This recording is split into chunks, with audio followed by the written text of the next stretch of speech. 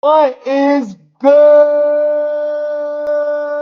Pirates? Welcome to the one and only, well, I mean, sometimes altered, imitated, randomly wanted to be duplicated, but could never ever be done. The original, the for shizzle dizzle, with my thug dizzles that are backstage.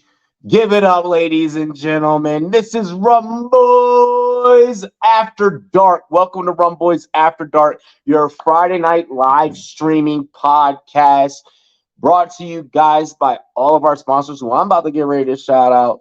But yo, really quick, we have a very, very, very, very big weekend for you guys. It is fight weekend in boxing, the biggest, most anticipated fight of the year. So we're gonna be bringing you guys some boxing coverage tonight.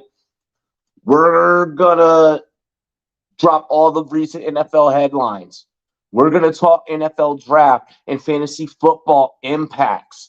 All right, getting you guys set up for those dynasty rookie drafts, getting you guys set up for redraft and figuring out how this class is going to affect redraft next year. So we're going to touch on that a little bit. We got some MLB talk, ladies and gentlemen. We're also going to take you out to the ball game.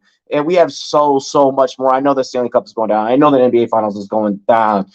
Ladies and gentlemen, meet me on the YouTube. It's going down right here on the Rumboyz Fantasy Network. But first things first, we got to introduce you to GLD. Let's go. ShopGLD.com.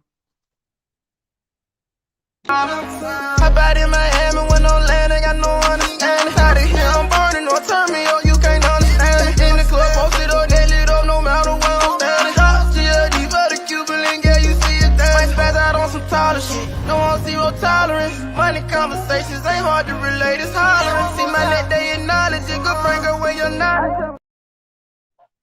Yo, what's good, ladies and gentlemen? We are back here on the Rumboyz Fantasy Network. It's your boy, Rumboyz Robbie, aka the Heart Robbie. Yo, I haven't said that one in a hot minute. I had to bring that one back. Go ahead over to shopgld.com, shopgld.com. We are giving you 42% for the 420 holiday weekend. Puff past that deal to me. You have got to shopgld.com. Check out all of our featured chains. We just had someone cop like the big Cuban joint. Like, homie, big shout out to the homie Brian Hall, man. This man supports everything that we do here on the Rumboyz Fantasy Network since day one. He's literally a day one subscriber. I think he was like subscriber 296 or some shit like that. And homie just bought the big Cuban link from shopgld.com. Looks so good on a homie. He's working on some MMA stuff. So I'm excited to see him rock that joint out for his fight with that Shop GLD Connect. Ladies and gentlemen, next up that I want to talk about is All 22. Football season is rapidly approaching, which means you, all of the fantasy football addicts out there, got to get on All 22. If you feel like this, you are a real fantasy football guru, then you need to set up a league on All 22. You need to use our promo code. Link is in the description. Use our promo code at checkout. Promo code Rumboyz. Take 40% off the subscription price. And ladies and gentlemen, you can challenge your friends to a full-on 10 to 12-man league with a full 53-man roster. We're talking offensive linemen. We're talking punters. We're talking kickers. We're talking defensive interior. Build your own motherfucking special teams. Choose your formations. You got to get on over to All 22. Powered by the homies over at PFF. Pro Football Focus, ladies and gentlemen. Also, I would like to shout out Champions Round. Champions Round link is in the description. Go ahead and click that thing. Play our daily dozens. Play our spicy slips. When you play daily dozens, it's a $12 entry game. If you get 7 out of 12 props right out of the 12 pick'em slate that they give you, you turn that $12 into $2,400. Who doesn't want to win $2,400, ladies and gentlemen? That is rent for a lot of fucking people. Okay, that is rent for a lot of people. That is a cell phone bill. That is a whole date night and a half. Get on over to Champions Round, ladies and gentlemen, and start winning on them daily dozens. Use the link in the descriptions. Now, without further ado, we have to introduce you to the cast and crew. Let me take a sip really quick. Dilly dilly to this Voodoo Ranger right here. Not an ad. Not an ad. Ladies and gentlemen, our producer behind the scenes has been doing so damn amazing.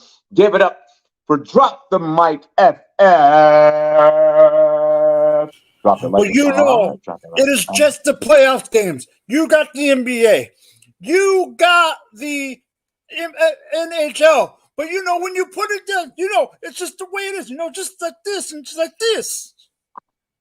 Let's go. It's like this and like that and that. And ladies and gentlemen, we got to give it up for the notorious, the notorious nerd on the channel, ladies and gentlemen, for the second week in a row. Step right up, Mike. Dilly, fellas. How we doing? Let's talk some sports. Let's talk some gambling. Fucking right? Exactly. I know. I feel so warm and fuzzy inside. Maybe it was the taste tester at the liquor store that was like, hey, you know, take this shot of tequila, but then follow with this shot of vodka. But then we have this lavender. Fuck it, bro. He gave me 4 shots in one taste testing. It's just good vibes. That's the problem. Ladies and gentlemen, last, but certainly not least, my favorite ginger. Your favorite ginger. He's not really ginger. But you know what? We all love him here on this YouTube channel. He also has a YouTube channel of his own, which I'm going to allow him to shout out because I always fuck up the acronym. Ladies and gentlemen, give it up for David Gillespie. What's going on, fellas? What's going on? Long time no see. All this all-22 talk, man. It's getting me so hyped up for the season. As the previous champion of the 2022 season, I am jonesing, like Tyrone Bigumsing practically, to absolutely fucking plow the competition this year. Once again, I can't fucking wait. I'm all about that life right now. You even football, bro? Hey. You even pod, bro? You damn right I do. You damn right. I'm about that life, baby. I'm about that life. That's the only thing you'll plow. Why do you gotta rub it in, man? Come on.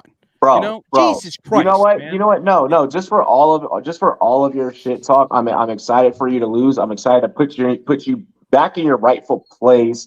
We all know that, like, out of anyone on this panel, like, I probably have more fantasy football championships in any given format than anyone combined here. Excuse me. It's gonna take you 3. It's gonna take you 3 combined to beat me this year. Okay. We gotta remind everyone that we're covering NFL draft next weekend. You say so, buddy. So I will be royally just Ladies and gentlemen, cheers to me, cheers to you all the Rumboyz and girls want to do dilly dilly. Welcome to the podcast. Let's go. Yes, dilly, I'm doing the shooting. Dilly. Let's shout out the chat really quick before getting into the very first topic. Let's fucking go, Pirates.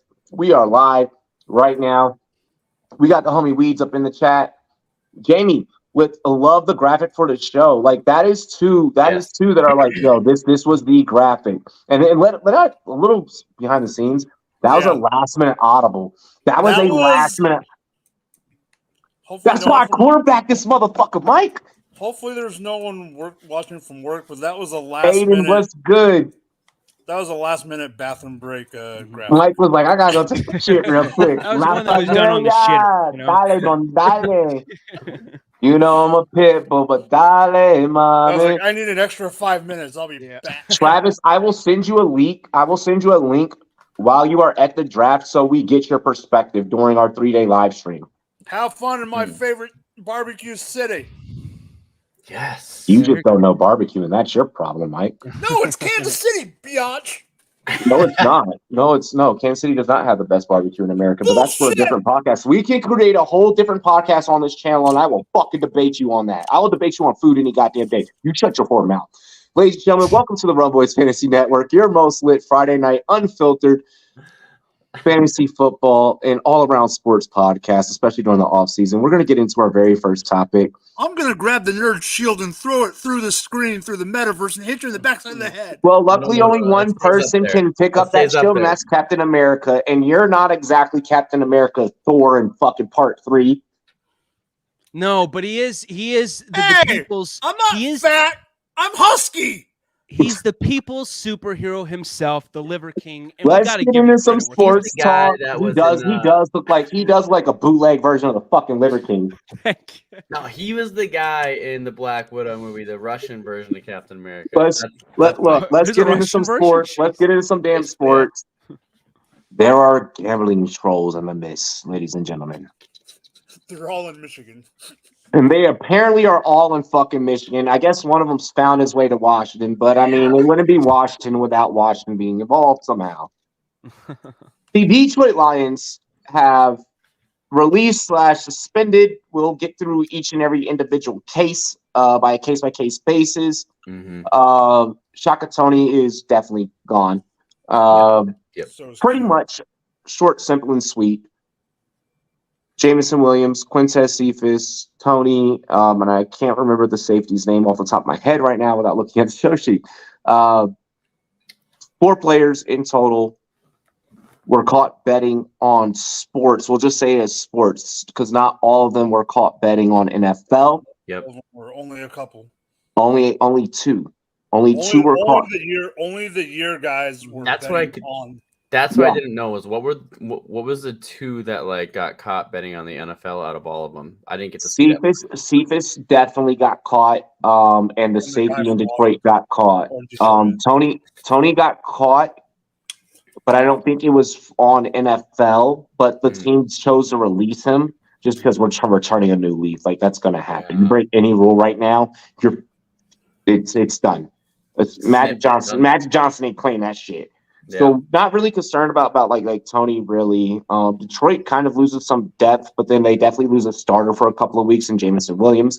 How does this affect Jameson Williams? How does this affect the Detroit Lions? And what do you think of the suspensions of which were handed down? I think that for Williams, it might have been you maybe suspend Williams 1 game. Yeah. I don't think that you had to go as far as I don't think you had to go as far with Williams just because it was not NFL. Seriously though. But he still broke the betting on. He can't bet on the team. The problem is it's team facility. Yes. And it's a year if you get bet on the NFL. It is written in, depending on how severe, up to a certain amount of games if you bet on team property. That's what Jameson got busted for. He deserves the suspension. Should it be 4 or 6? I mean, I hear that. I disagree, Robbie, that it should only be 1. That's just my personal thing. The biggest thing is you got Cephas, who's done for a year, and with him being done for the year, this was going to be even though people didn't expect him to have a great career at all, I'm just saying this was the make or break year because this was going to be the first year off his injury.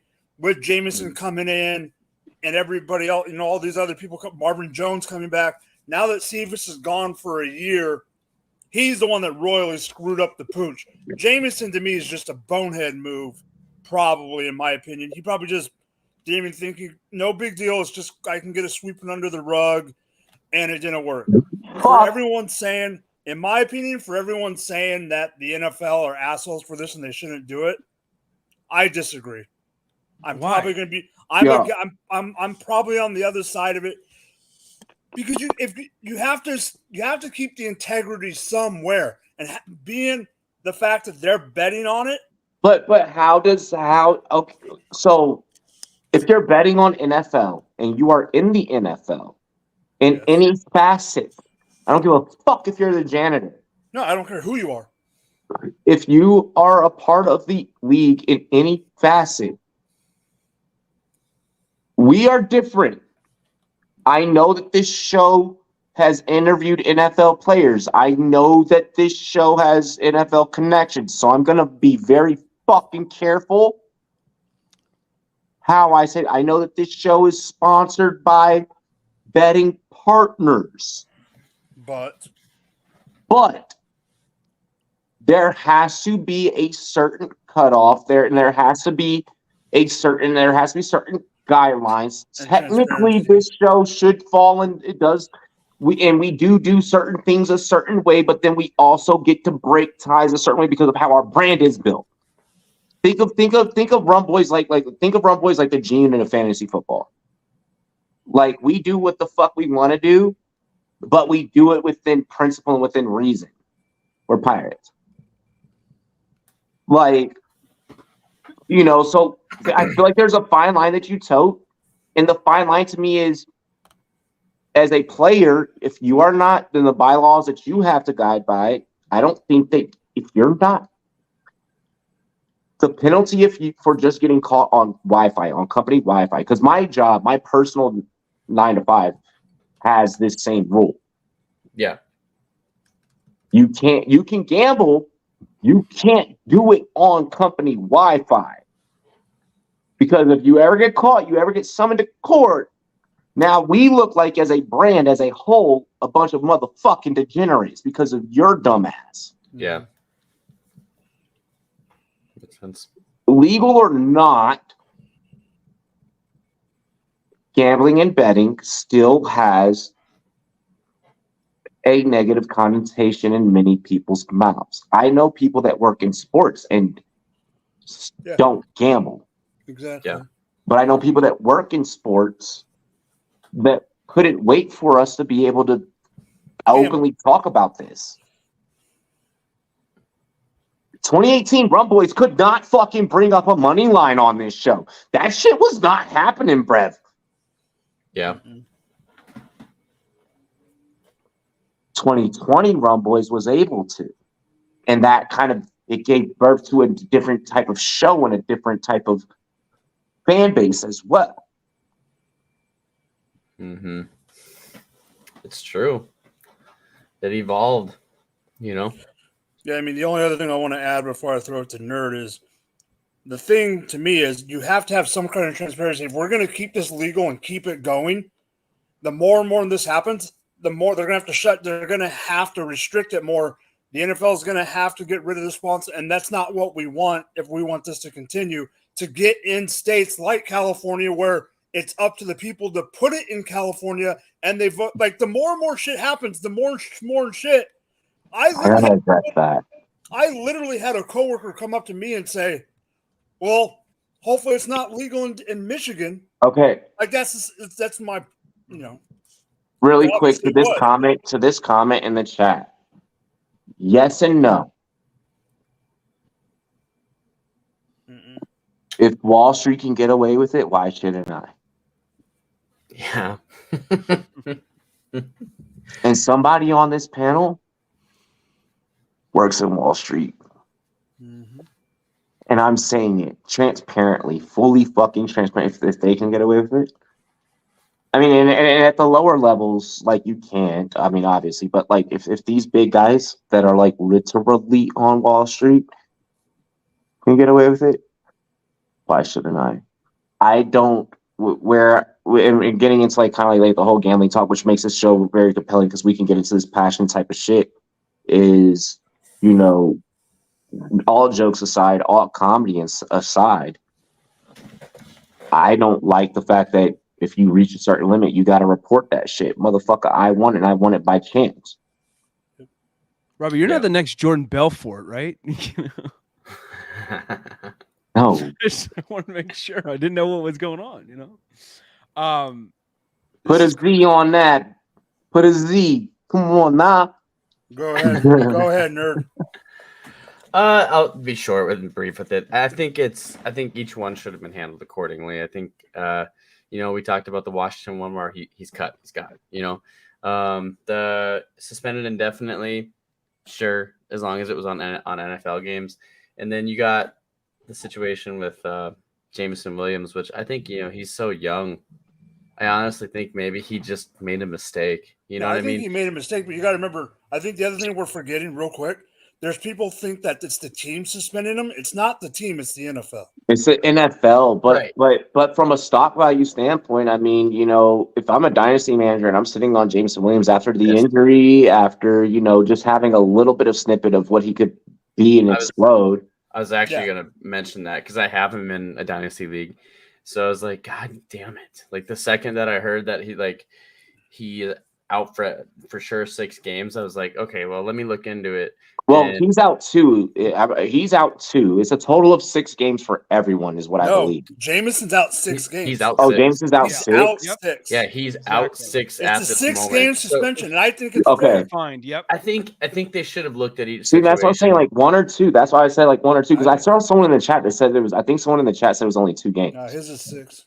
I thought I read 6 on ESPN. Yeah. I think that they should have looked at each situation, especially Jameson Williams in a spot where like, okay, what were they gambling on? Because we can clearly see that.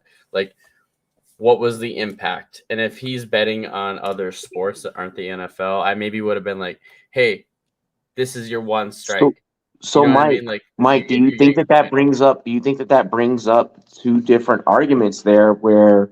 Based off of what you just mentioned right there, and I'm sorry to cut you off, but do you feel like that brings up two arguments of did the crime fit the time, or is the system fair for everyone? And I hate to kind of put that twist on it, but that's exactly I don't think it's fair for everyone. Yeah. Go on. So you but then at that point we have to then pick a side. Are we going to pick the crime should fit the time side, or are we going to pick this bullshit? It's fair for everyone. Yeah. And when in reality, it's really not, because the other 2, because they're not Jameson Williams, are gone. Yeah. Yeah, it's interesting to think about that. And I like that you posed it that way, Robert, where you're like, well, these guys, they're not Jameson Williams, right? Like, so I actually really like that take, because like I get that 100%, where like a name. What up, Matt? Sometimes a name carries more weight than other names, and obviously we know that Jameson Williams can be great in the NFL, and he's so young, and he's so talented, he's so fast, but like I just like I don't know, I feel bad for the guy in terms of like him betting on other sports. Like he should have been smarter, he should have bet on it somewhere else. But in terms of the other situations, bitch, go walk down to a Starbucks. Like, go outside, turn your Wi-Fi off, and put your parlay in. What are you doing? Like, why are you doing that? Like on the Wi-Fi. Hey, that's literally what I do. That's literally what I do. I literally swipe down. I double check, make sure that Wi-Fi symbol is. I make sure that Wi-Fi symbol is off, and then I log in. It's just bad. Bro, I be on the 6th floor looking over fucking Denver, just. That in your shoulder, you're like looking over the mountains, but it's just like get a bookie. It's funny that like in this day and age, you can go to a private bookie, honestly, and it's legal now. Like in most states, it's legal for you to go to a private. Like you could go to a bookie. Like if they have a license, if they are licensed to operate, you can just go. Like I understand the convenience of it being on your phone, but if you're a pro athlete, like you should have one on call. Yeah, it's gonna be. I don't know. Like I think it's going to be a heavily talked about situation going on throughout the entire season of like, was it right? Wasn't wrong? Like the more they kind of flesh this out, they're going to talk about it over the broadcast over every once in a while. Like if the Lions are doing really good, they're going to be like, hey, like they didn't need Jameson Williams, like 6-game suspension, no big deal. But if they're doing like really bad, everyone's going to be like, hey, without Jameson Williams, what's this team going to be? Yo, really quick to Jamie's question. You're a fucking psychopath if you are trying to grab Jameson Williams like top tier, like anything before rounds 6 through 8, I am not touching that stock. And honestly, I feel like 6 is like super rich for me because I could get a starting 2, a starting 3, like in those slots. So like Jameson Williams, for me, I'm probably like in startups, I'm probably just avoiding the whole fucking situation because at that point you haven't played real NFL speed level fucking football. God knows when. Yeah, I'm not gonna buy the excuse that you're gonna be fresh and ready to fucking go after coming off of it. Like I'm not buying that. To me, I'm figuring at this point the stock is down, the sky is fucking falling. I'm not expecting to come back after a 6-game suspension and just ball the fuck out. You might ball out for 2 games, 3 games, and then you re-aggravate something because your body hasn't been used to the amount of work that is being put on, and then you fucking pull something. what was going to be a comeback fantasy season for me with you coming back on my team more than likely, because that's just how scripting works usually in these situations, is now fucking flushed down the toilet. What do you think the situation? I guess I want to pose a question like before we hand it over. What do you guys think like the situation for like the Detroit Lions locker room with this situation is going to feel like?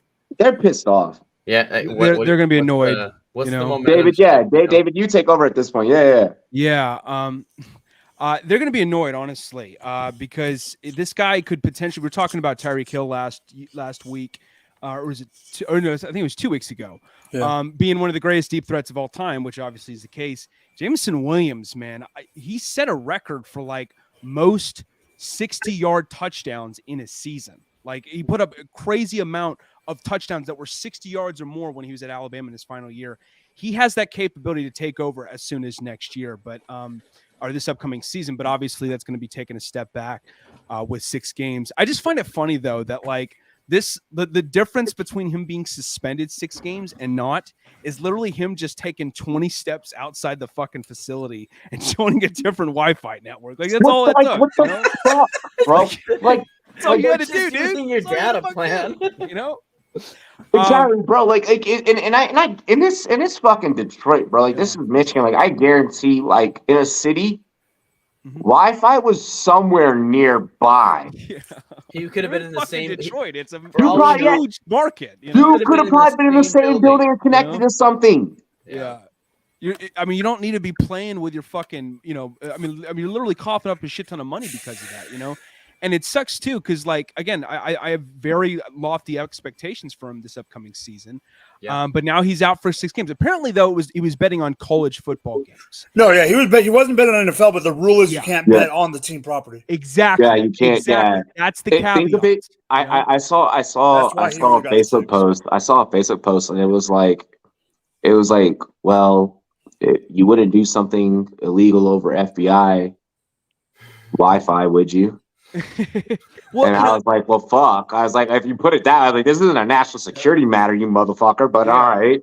And it's legal in Michigan, obviously, too. So it's not too big of an issue, but the NFL wants to play the hypocritical card once again, per usual, and say, oh, you can't bet on any games despite us having our prominent sponsors being NFL DraftKings and all this other shit where you get to bet on.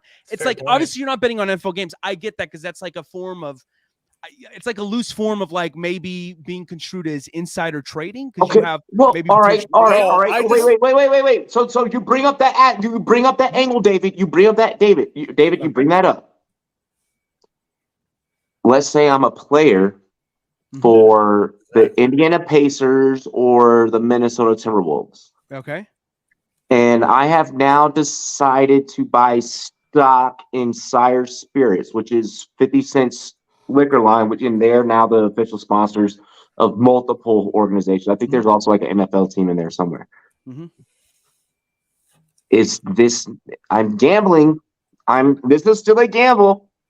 Am I still breaking the same rule? Well, if you're betting within your own league where you can get intel from other players, I have bought stock into these liquors that are my facility's liquors that are a direct. I'm just saying, wait. Let me make sure I understand this. You bought stock into these liquor, these that are licensed on my team that I play for. Yeah, you bought stock on them. Yeah, is that illegal? Is that what you're asking? It's still a gamble. It is still a gamble. He's asking, should it be looked at the same? Because buying an investment is technically a gamble if you think about it that way. That's what it is. The exact same thing. It is the exact same thing. I kind of disagree. Insider trading, though. How are they different? In insider trading, though, from what I recall, is where you get inside intel on what's going to happen. What are the trends? Me being a player of this team that has this deal with this brand, I would have inside knowledge.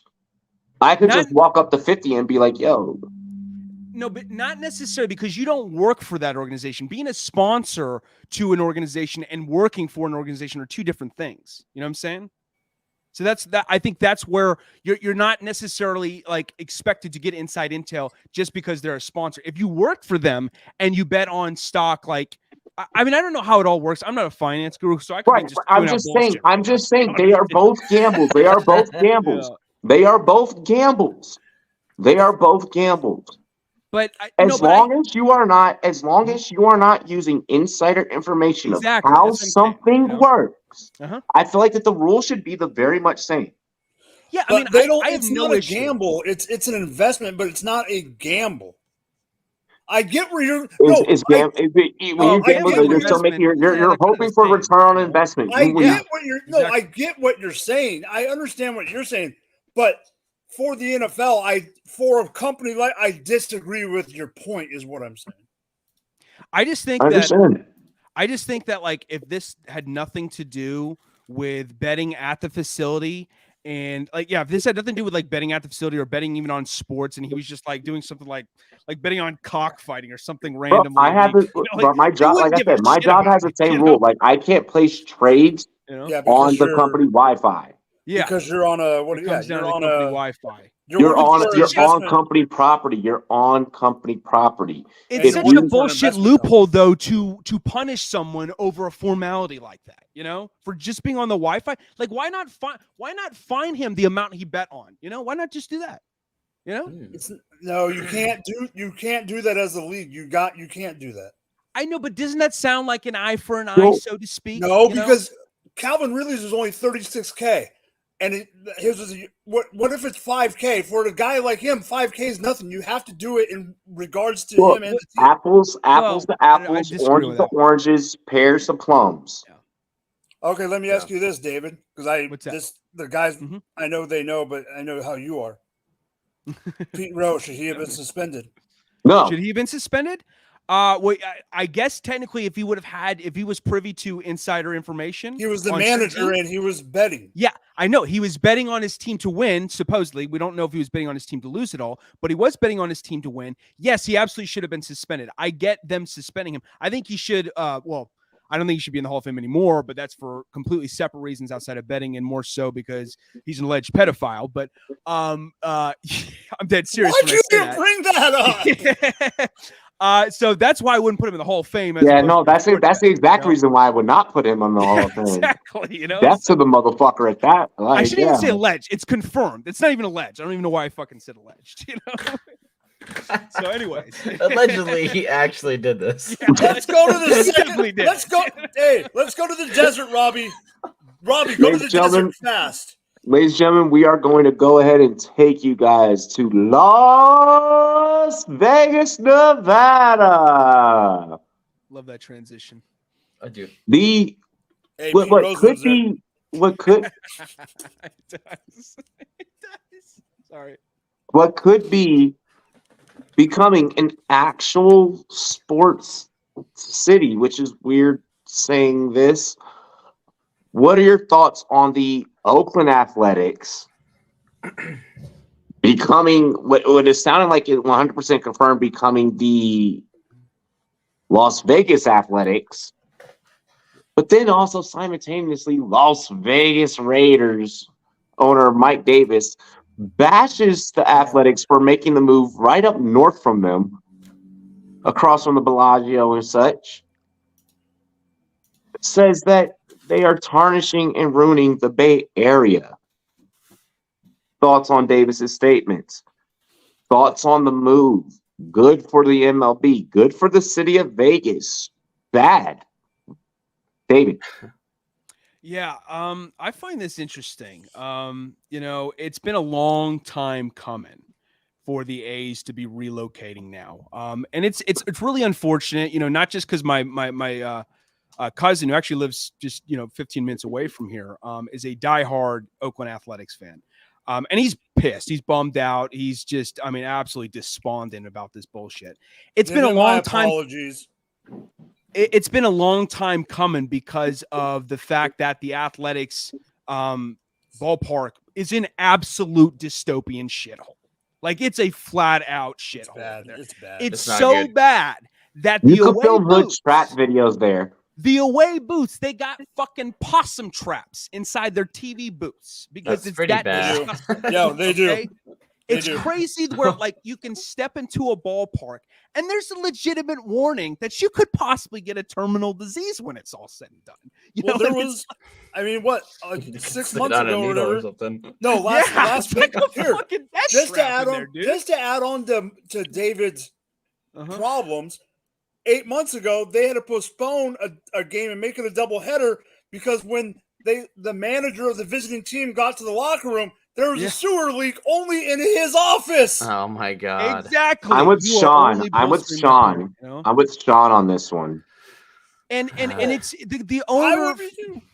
I mean, it's a shame. The Coliseum sounds like a cool, like it used to be a multi,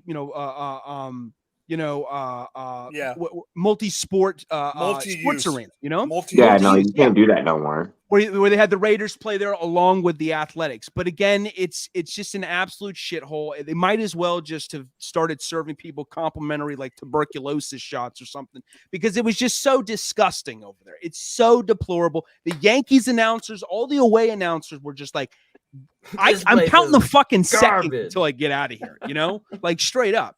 Yeah. And the owner for the Athletics, he's an absolute jackass. Like this guy has done no favors for this team whatsoever. He constantly underpays his players. That's why you always see all the studs that have ever come out of the Athletics organization dip the fuck out because they're not getting paid jack shit to play them. Oh, Chapman is like, Yeah, Matt Chapman was like, deuces, I'm out. This shit whole fucking sucks. Yeah, he's like, yeah, no, fuck Chris this. Bassett, Sean Manaea, all those guys, were Josh Donaldson, all of those. Manaea's card, damn.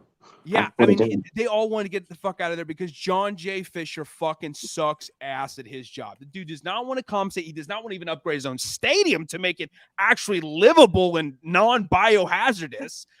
So like, if you're gonna just do that, like, get the fuck out of here, dude. Like, honestly, like, I don't blame them, honestly. I fought an A's fan once at a bar in I so fucking won. Bro. I was wearing my fucking black Crenshaw Kobe jersey. Right on. Yeah. You ever seen a black jersey turn red? Yeah, I fucking mopped the floor of that motherfucker. And he had the old school A starter jacket on too, so I felt bad. But he's like, he's talking shit, and like I was like, yeah, the 90s joint. Like I was in fucking, I was in a bar.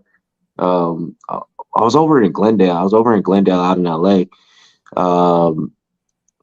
Fucking little Albania, what we call it.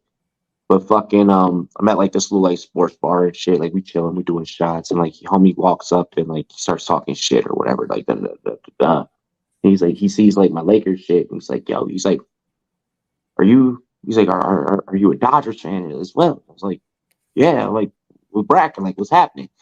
So like motherfucker comes up, like starts talking shit, gets too close to me, and we know when anyone gets too close to me, I just rumble.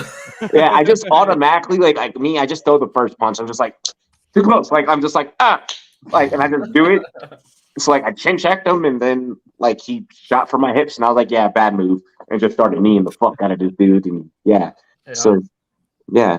2018, Robbie was off of a leash. What was the crowd reaction like? Were they all just like, "Go Robbie"? Yeah, it was LA. So like a guy in fucking Lakers gear whooping a dude in Astros gear's ass. Like everyone's fucking stoked. Like cops ain't doing shit. Like even if I am black, like they're like, all right, let it be. Just get a body bag, Oh my god. No, but how do you feel? How do you feel about this? I was never. It's the right move. You guys know me as the guy that crunches numbers and is analytical on these types of things. So while I was listening to Dave, I was like, you know what? I'm curious to see as to like what the numbers look like over the years. So let's go back to 2018, Robbie. Let's go back 5 years. So attendance wise for the Oakland A's, they're sitting in 27th with 19,427 average seats filled. You can go up to 2019. And that one is they kind of stayed around 20,500, but then we start to dip down a little bit coming up here very, very soon. 20 and 21 you have to skip. And the payroll. Yeah, 20. We gotta skip 20. Too, So 21, they like no, nose 21. No, 8,000 21. No, I'm money telling you, being in California, 21 you have to skip because in California we were only allowed 25% COVID. Yeah. capacity. COVID. You're Yeah. right. California had the strictest bullshit. You're right. John's from LA. Well, biggest state So going into 2022, aside from then, Texas. Sorry, and you've already Oakland, Texas viewers. less than 10,000. Mm-hmm. Less than 10,000 average per game. Yeah. And then going into this year, they're sitting at around 11,000. So I think it's the right move for Vegas. I think that's the right turn. It's the right move for the Athletics. I think with their attendance being so bad, I mean, fans may have had enough. Now, do I feel bad for the fans that are loyal to that team? Yeah, absolutely. Because when your team moves, it sucks. Like, because now it's something that you loved and grew up on is not there. Like, I have sympathy for that. But if the money's not there and people aren't showing up, which no, what is your baseball the fucking team? owner's not going to sell the team, you know? Do you have a baseball team? I'm a Red Sox fan. Yeah. Okay, I was about to say, yeah. Hey, I was about to say, you're fine. Like, you're fine. Yeah, I've been a Red Sox fan since I was 10 years old. So Yeah. I was about to say, like, if you were an Expos fan, I'd be like, No, but Robbie, No. remember No, they lost a hockey team at one point. Oh, yeah, they did, yeah. No, I think it's like it's a bittersweet move. I think that going to Las Vegas is going to be better for them long term, and I think that they need this, but it's going to sting. The 3-16, they got two guys with any semblance of hope, and Mason Miller, and then Tyler was Soderstrom, who was a prospect. Like, that's it. Like, they have based off else, of what both of you just said, off of both of you guys' takes. Like, I'm gonna just say it. Start buying property in Vegas. Like, from what I've heard, it's pretty cheap. Yeah, Vegas is Going up cheap to fast. live in. It's very going up. cheap. It's going up. It's about to go up. Yeah. It already is. You know, with all the arenas that are moving there. Yeah. Imagine what a Like, stadium. they're gonna get an NBA team. They're gonna get an NBA team. Yeah. We already know it. It's a matter of when, not if. I got my point. Yeah. Go ahead, Mike. Or drop the Are mic. you done or no? Shut the fuck up. All I was gonna say was imagine what a stadium in Vegas I for just that got mad at baseball team is gonna myself. look like versus where they're at now. Imagine the difference between the stadiums. So here's the thing. I'm dancing all over the place on this one. First, let's go to that crap hole Oakland for a second. Oh God. Bloody hell, mate. No, here's the thing. It's Fucking not. pet. I get. David is 1,000,000 trillion gazillion bazillion % true about how that much place is a shit hole. Not a shit hole. It doesn't even deserve the L. Okay. Here's the thing. I mean, it's them. It's the county. The county won't put. I just learned Bobby, a new form of shut up so disrespect. I can talk. The freaking county won't put any money in it. Even the freaking politicians of that goddamn county know that place is a shithole. Alameda County supervisors, you suck, and I can say that because I'm from fucking California. Okay. Yo, but all right. I lived in Alameda, and I can agree. Yeah, I live in Alameda. Oh, I agree. But here's the other thing. It's not just the Coliseum, boys. Here's why I say that. No, but I know you know because you're from here. But these guys might not, and the viewers might not. Probably don't know. Right next door to the Coliseum, in the same gigantic parking lot, is an empty stadium that the Warriors left too. Because they couldn't get. Yeah. It's the same freaking parking lot. And just, you want to know something? The fucking streets, like not even the air, motherfucker. Well, actually, the air smells just like fucking bum piss. You want to know why? Know why? Because the fucking piss is just evaporating off the concrete into your motherfucking nostrils. It's just like yellow fog out there. It's problem. disgusting. You know. So you have the Warriors leave. They go to San Francisco. It makes that area even worse. This is how bad that area is, and this is why I want to bring it up.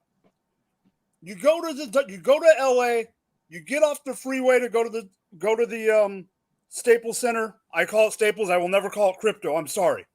Yeah, it's Staples. It's Staples. I get that. You get off the freeway and there's homeless. I get it. But that's like 8-9 blocks away. That's like 10 blocks away from the stadium. It's a minute. It's a it's a little bit away from the stadium. If you go to Oakland, 1 block away from the parking lot, you better not be white during nighttime and everything and literally homeless all over the streets. Yeah. Bro. 1 block away. All right. So I had a homie. He He is not. He was not the most street smart motherfucker. Okay. And he went to the old. He went to Oakland. No. All right. Hold on. Hear me out. Hear me out. Hear me out. Homie was training of doing some UFC shit. Yeah, sure. You can handle your own. This is years ago. So like this is like 2017, 2016.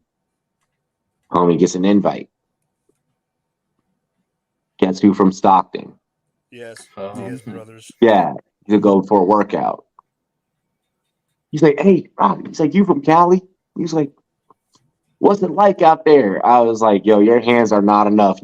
That Stockton slap shit don't work in fucking Stockton, nigga. You need to fucking get a gun. Right. I was like, listen. Now I want to jump over to the other state, and I want to go to Nevada real quick. Yep. Yes, it's good for Nevada. Yeah. So for people that don't know, I know exactly that I've been there enough because I'm close enough. Mm-hmm. So Allegiant Stadium is on the other. It goes Mandalay Bay Freeway, Allegiant Stadium. Boom, boom, Yeah. boom. Yeah. For this one, it's 3 blocks down. Which I mean, when I say blocks, I mean blocks. But you got to get a lot of drinking in between. It's a lot. Yeah. It takes about 45. Yeah, it's a ways. It's a trek. Yeah. It's okay. So this is going to go immediately on the corner. You have New York, New York. Behind New York, New York, you got T-Mobile. Behind T-Mobile, you got the freeway, and then on the other side of the freeway is going to be this stadium. And they're planning on already putting more restaurants, more bars, and shit like that. There's going to be a bridge that goes over the top to walk to it. It's going to be legit. I think it's needed. It's needed. They needed to do something. I do feel bad for the minor league. It's needed and it smooths over. It is needed, and the more that Vegas is involved in kind of when we go back to like that last topic that we started the show off with, the more that Vegas is involved in kind of shit like this, I think that the more that the culture of what we talked about in the first topic becomes embraced. Like, who knows? Maybe David even uses takes a link and opens up a DraftKings account with me. I don't know. I'm probably too much of a pussy to do sports betting, but I know that you are. The one thing I do I want to already add, knew that. There's one more thing I want to add because That's why I made the joke. Face. But I wouldn't say that word. I'm not saying that. Okay, there's one more thing I want to add, and I do think this is important. You, Robbie. Because I talked last time I was in Vegas, I talked to a bartender who was a local, was wearing Golden Knights gear. So we asked him about the Golden Knights. He said he loves the Golden Knights. They did stuff for the stagecoach shooting, but besides that, it's a new team, blah, blah, blah, blah, blah. They're going to embrace it. No, he told me that local people do not, no, listen, they got a disdain for Oakland as a city because of the Raiders, but they also want they were hoping that if they got a baseball team, which will happen for basketball, but they were hoping for baseball that it was going to be a new franchise and not a transplant. So here's the thing. Here's the thing. Vegas, a lot of these teams that are coming to Vegas, many of the residents there, many of those residents there have already embraced what's coming there. They haven't embraced the Raiders. Like, you almost got to be grateful that you're getting a baseball team. I know a lot of rapper Dizzy Wright, who I have met and smoked. That's the different. Motherfucker's a Raiders fan. That's different. The other problem you have. Here's the other big problem you have, and you will agree with me because you know about the money part of the sport. The biggest problem that the Raiders have with people in Vegas is the fact that 62% of the season tickets aren't even freaking locals. They're bought by the freaking corporations and all the casinos so they can give them to their rich bitches. This is true. This is true. At the same time, residentially speaking, and clearly this area is bringing these teams here to raise their city's property value even more than what it already has. They're raising it, but the problem is that their money's not coming from their residents at the moment. But once you're getting that balance, Vegas might become the richest city. Move over New York. Move over to LA. I think give it 10, 15 years when we're all gone off this motherfucking planet because, well, You only give me 10 copious years. amounts of sex, drugs, I'm and old, but alcohol will goddamn. take us off the earth. I just wanted to say that, like, in terms of like the comments that were made about the concept of like the Bay Area being screwed over, like They're not screwed. Some things can be held back a little bit. I know we all speak out of emotion sometimes, but like to say like, oh well, Las Vegas is screwing over. After you left fucking Oakland, you left Oakland, you the motherfucker. Like, there's no room to talk, right? Like, be quiet, Chucky. Like, what? Like, stop talking. Seriously, it does fucking look like. Yeah, shut your mouth. Like, come on now. Like, yo, if I was Mark Davis's fucking Baba, I'd be pissed off every time this motherfucker walked out my chair. He probably goes, "Hey, do you think you want to do something different than the bowl cut today?" Nope, rock with it. Like, and then he's like, "Are you sure?" He's like, "Nah, do the bowl cut." I want all of you guys. I got a homework assignment for all of you tonight. Okay, do me a favor. My brother pointed this out to me. It could not be any fucking truer. There's a great skit on SNL with Chris Farley playing Rudy Giuliani's son. Yeah. And he's like, I know which. Yes, I love that skit. He looks just like that fucking kid. I swear to God, that is Mark Davis to a fucking T, dude. And it's just like, On that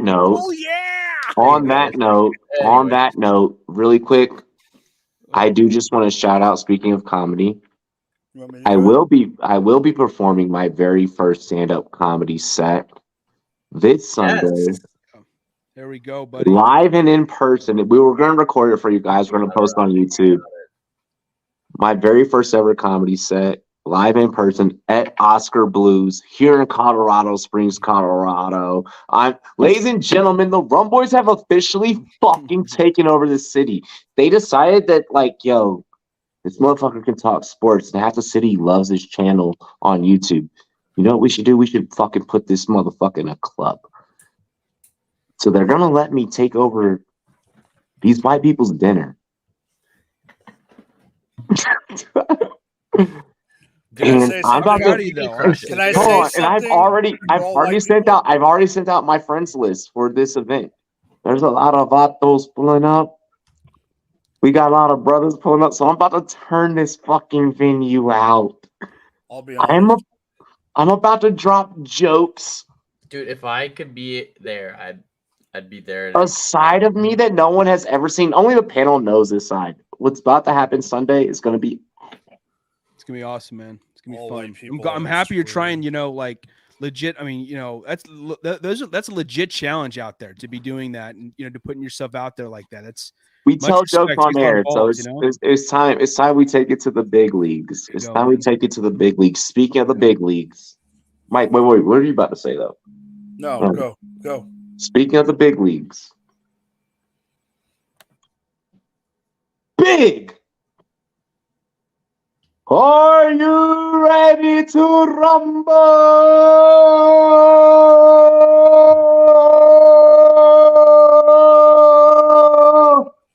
That was too short.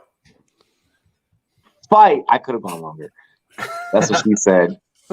A big. I think that this is going to make Fight of the Year. I know that Mike and I have to cover Haney and Loma for you guys. I know that we got to break down the Fury bout that's in Andy Ruiz fight that's getting ready to happen. I know we have a lot of UFC homework that we got going on.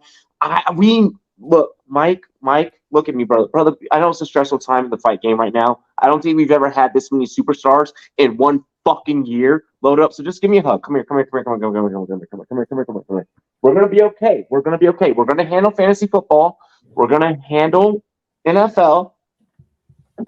But the people love this, and this shit really pays the bills with the viewers. I'm glad I get to start. Gervonta Davis. Let me redo that. Gervonta Davis versus Ryan King Garcia. Big one. What are your thoughts? What are your final predictions? There is a rehydration clause. There is a catchweight clause. This fight's not happening at 140. It's happening at 136. The next fighter will have to face Haney or Loma. Just God, dude, this is such a good fight. Like Okay. looking at ready? everything. All right, I'm about to go, but Robbie, Go, do me a Mike. favor. Do me a favor. Can you put yourself on mute so you don't interrupt me? Can you shut the fuck up? Okay. let me get a shot. Let me get a shot because I know you're about to say some dumb shit. You can interject, but don't have the mic on the entire fucking time. We're the only two fight analysts. I mean, go. Mike wrestled, but Yeah, let's do this. I love Mike. God. All right. So, Gervonta Davis. I'm breaking this fucker down. Gervonta Davis might have some of the best pound for pound power in the freaking game. 20 out of 24, 26, whatever it is, freaking are from freaking knockouts. He's only gone the distance once or twice, and only one of them, one of them was a 12-round fight. All the other ones have gone. The other one was like 8. So he ends freaking fights. Okay, here's the problem with Gervonta Davis. He's shorter than Wee Man. Okay, I mean, he's guys, like what? share the content right now on your social media. Say that we're talking about this fight right now, really quick. Okay, share. Go. We're talking about this damn fight. Go share. Go like. Go subscribe on everything. Twitch, YouTube. I don't care. You better, or I'm gonna come box you like these two are boxing. Okay. The problems with Gervonta Davis is he's a midget. He's schmidge. Yeah. Okay. And he's also got T-Rex arms compared to Ryan Garcia. He does. There's the problem. I'll be honest, and this is one of the reasons I wanted Robbie to freaking stay muted for a second. I don't give a shit about the hydration clause, and I don't give a shit about the catch weight. Ryan Garcia's speed is unbelievable. He's one of the fastest ever.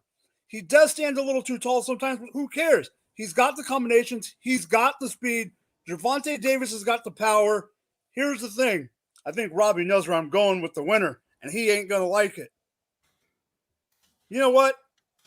I'm taking Ryan Garcia. There we go. And I don't think Ryan Garcia, honestly, if Ryan Garcia wins, I think it could go to a decision. If Tank does, it's going to be the power that's going to somehow connect. But I think Ryan's going to be too fast, and it kind of pisses me off because I hate Oscar De La Hoya. Go ahead, nerd. Let's hope. Oscar De La Hoya is a prick. He is a prick, and but he was a damn good fighter. Even if he, I know he got down wearing women's panties and shit, but that dude could fight.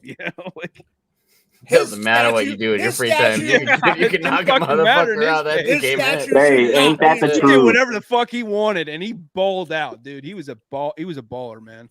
Go ahead, nerd. I'm gonna say I'm ready. Gervonta Tank Davis is gonna win this fight. I'm looking at like their records. I'm looking at their like statures and the differences. I know he's shorter, but like I tell you what, when that guy with his power, if he gets dialed in the right range of what he's supposed to have, he's gonna put him down. And the only reason I say that is because it's the amount of experience. Because if you look at the records, Gervonta has 28 wins, 0 losses, 0 draws, 26. Look at their amateur records. Okay, I can do that. I can pull that up. Ryan Garcia's I know it off the top of my fucking head. I'll have you say it then. Ryan Garcia, his record's 23 wins, 0 draws, with 19 of these by knockout. But you were saying, and it is true, he has had a fight go 12 rounds. So one of these guys has had a fight go all the way. That's time and conditioning, right? So I'm riding with that. I think that like he has the ability to knock you out, and he has the ability to ride you out the rest of the boxing match too. I'm going to say Gervonta Tank Davis because all those things are going to be factors. Okay. When you're in we have a that split realm, panel. We have a split panel. It's fine. It's fine. I'm not mad. I'm not nervous. You're nervous. Let's go. No, fine. Let's go, Dave. And then what's Robbie? Before we forget, you said that you had the previous records they had before they were pro. 220 and 16 to 207 and 15. Oh no. I think Garcia has more amateur fights. Those were their records they fought that many fights before they went pro? So Ryan's been fighting. So they've been fighting the same circuit forever. Yeah. So Ryan, wow. So Garcia, Davis, Haney, Stevenson, all these guys that we're looking at right now, Crawford, Spence, like they've all been boxing each other. They're all in the Olympics trial stuff, and they were all Olympians. Loma. Wow. Garcia. I believe Garcia was an Olympian. But in some of those tournaments, the other reason his numbers are so high, in some of those tournaments, David, they box like 3 or 4 times a day. Yep, that's crazy. Yeah. Wow. Like it's on your record. Because like pro fights are like once every 6 months or whatever. They're wearing headgear and it's like 4 rounds. The young stars that we're given right now. So before I let David take forward, because I know he's going to say some compelling shit, so I'm just going to tee this motherfucker up. We'll see. I don't know, Jack, too much. We're going back to the 90s. Mm-hmm. We're going back to even the 80s. We're getting a very competitive class, and we're getting competitive weight classes. Even when we look at the heavyweights with the whole Fury and Ruiz and the Anthony Joshuas and the Wilders, we have actual competitive fucking boxing. The days of where I feel like the UFC really dominated the viewership, I think that's tied. I don't want to say it's over. No, I agree. It's tied, and I feel like you have to have a respect for both and what's happening right now. These kids, something special is something's in the fucking water. Mm-hmm. Mm-hmm. Yeah, I mean, I love this. I want to watch this. I don't follow a ton of boxing, but I regret that I don't, because I fully respect the sport, and this is your start. Ton of admiration for like the legends, whether it's Muhammad Ali, George Foreman, Tommy the Hitman Hearns, Marvelous Marvin Hagler, all those guys, the Klitschko brothers and all those, absolutely so much respect for them. And I have the utmost respect for this up and coming future legend in Ryan Garcia. I don't know much about Gervonta Davis, so you want to shit on my take, that's totally fine, because, again, I don't know what I'm talking about with him. But Ryan Garcia, man, that dude has a ton of moxie, man. This guy is so laser focused, and he's such a technician that, man, I think he really is. Like, it's not even just in the ring, but I think there's an element of being outside the ring where you can get yourself got when you end up fighting sooner rather than later, because you're just not as focused. Like, you have to be driven. Boxing is a whole nother fucking animal compared to playing football or any other sport outside of maybe MMA. Like, that's the only other one that compares to it. You come out of it like it's more than just a sport; it's a lifestyle.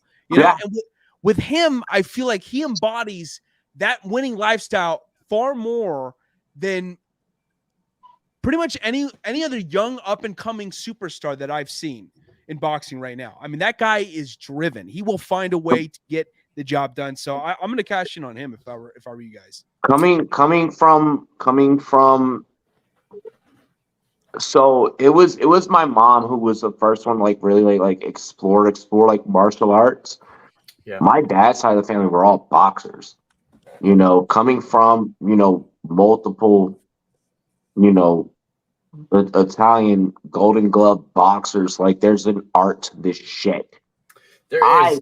I can't figure it out, and it's in my blood. I can knock a motherfucker out, and I can throw a punch. I have boxed. I prefer, the Muay Thai, the Brazilian Jiu-Jitsu, the karate aspect of things, and that's where I got my rocks off in terms of combat sports. Fought many of tournaments, a lot of tournaments. You're a lot more of a combat sports guy than boxing. So, like, yeah. Well, we were both, but yeah.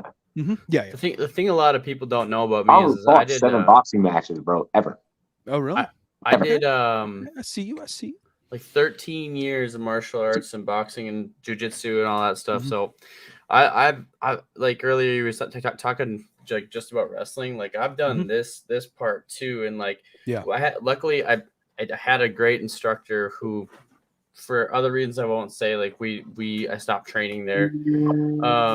But when I was still there, it was one of those things where like he taught me that you have to be able to box. You have to be able to box. You have to be able to have good hands, to the point where one night, it's a really funny story. We were boxing and this guy came up to me and he literally I hit him with the left hook and I buzzed him, and he was like a second-degree black belt, and he like kind of like shook it off, and then after I did it again to him like one more time with like a right, and he's like, okay.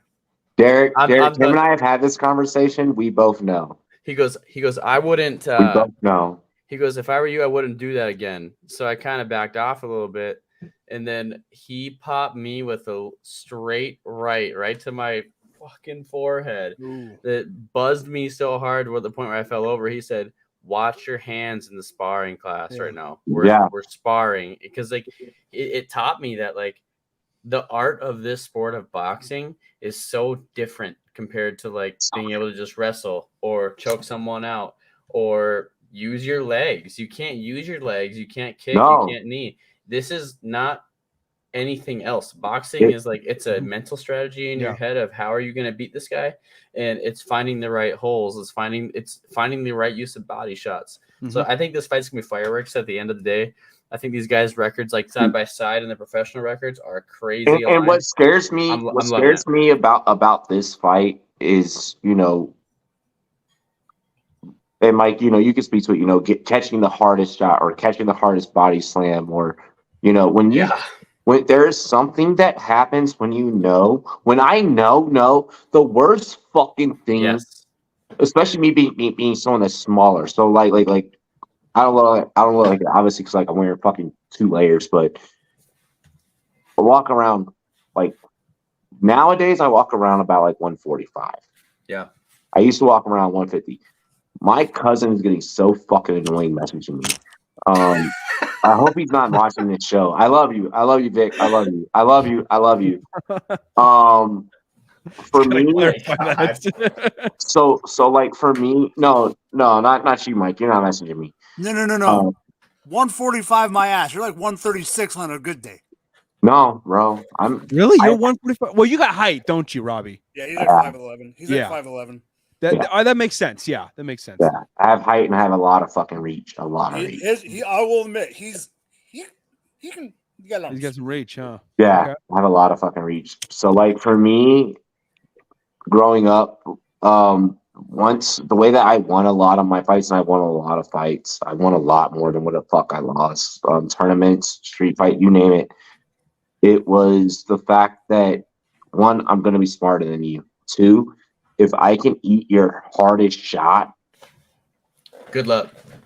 Then fucking good luck to you. Because if I can eat that bitch, I'm walking straight through you. I'm the juggernaut, bitch. I'm like, once I know, bitch. like once I know, I become a very, very dangerous asset. And my problem is that I don't feel things. I grew up not to take this shit to like a dark place. I grew up in like a really fucked up, abusive home. So like, yeah. So like, you hitting me means absolutely nothing. Like, I get tatted for a reason. like, you know, I date Latino women for a fucking reason. I love the thrill of this shit. I'm just a joke around here. You know, shout out to Latino women, I guess. Like, I love to live life on the thrill. So yeah. So like with this fight and breaking down this fight, Garcia's already been knocked down. And he got knocked down by someone who can fucking hit hard. Tank, we've never seen get knocked down. And honestly, we've never seen him fight anyone that's really a power puncher. And we've never seen him fight anyone as fast. And we've never seen Tank fight anyone with fast, dude. He's quick. He's got lightning fucking. And we've never seen anyone with the boxing IQ. They both have a very high boxing IQ. Someone is going to outsmart the other. Mm-hmm. And I'm sorry, but I don't think that it's going to be the bully in this fight. Yeah. Tank is coming in as a bully, and he's trying to play that angle. And I had a lot of guys in my career try and do that to me, you know, throughout the military and shit. And it's like, bro, once we get on this mat, it's really on. Your gi is my gi. I'm gonna cross choke you. Mm-hmm. I don't give a fuck how big you are. Yep. I never had a clause where it was like, oh, you're coming down.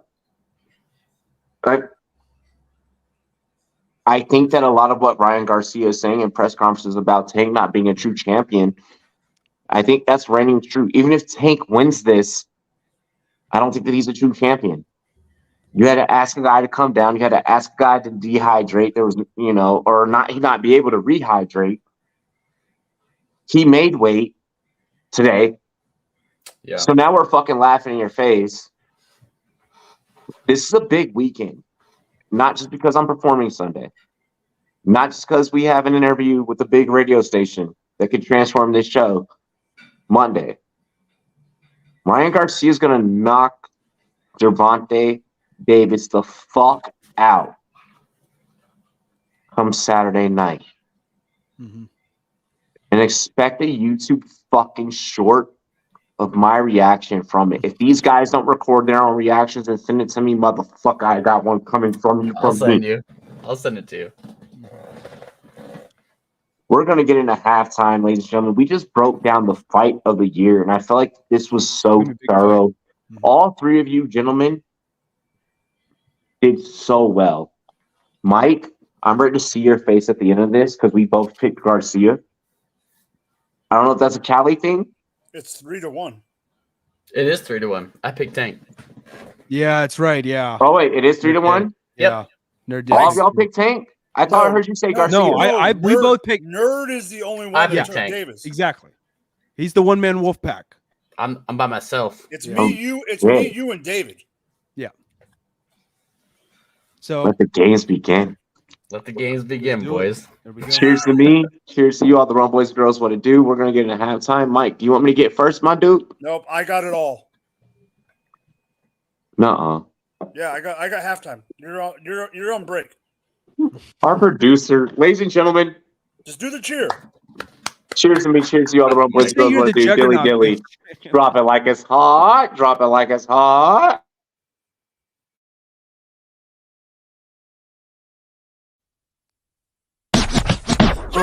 I ain't waiting a second, I'm going in now. No freestyling, no this some pimp out shit. See, I don't make moves to get rich, shuffle quick. And I only fuck with bitches who be slobbing on her. I can get nasty, but I'm usually where the cash be. Rolling weed, sitting back, blowing shit to Cassie. I ain't doing it for the rich way, so I brought Rich Ray. When I come around like Dom, then look this way. Right into my own shit, I swear I be doing the most shit. Give you hits like Tyson and giving you vibes like Bryson. Certain things in life be so expensive, but I buy some. Certain things in life be so enticing, but I can't try some. You looking for what you looking for, yeah, I'm the item. I'll hold you down forever, you my nigga, yeah, item. I'm coming for what you say you hold, I'm all about it. Linked up, turn a beat up, now we clouded. Feet up on heat up, red Jordan 1s. Niggas needing shows, I'm clapping shit, man, I'm the chosen one. Neck wrist on freezer like magnet. On my Tiger and Chris Brown, I can handle it. Let me handle it, smoking like the candle lit. Any beat I study, break it down and then dismantle it. Competition challenge it, I'm dealing with some damages. Juggle lots of life, but now I'm learning how to manage it. I've been to the bottom of bottoms, I never been to the top. I pop some bottles with models, I see my friends getting shot. I sip and drown in my sorrows, I smoke a weed by the lot. I stand and post on the corner, you'll never look. I ball like a piston, you'll never play my position. You catching what I'm pitching, I'm switching, no contradiction. I'm fishing for opposition, no vision and optimism. I wish I was kinda different, but I know my mind is different. I see them bitches smiling, long as she happy. I'm on the beat, violin with my nigga T Savvy. We go back in the day and bring the heat. Cali, you ain't got nothing to say. The nigga be silent. Hey, buddy, don't say shit. Everybody cap, changing faces like a facelift. They think they all that. Trust me, bitch, you just basic. In 20 years, you'll be looking back, wishing to erase it.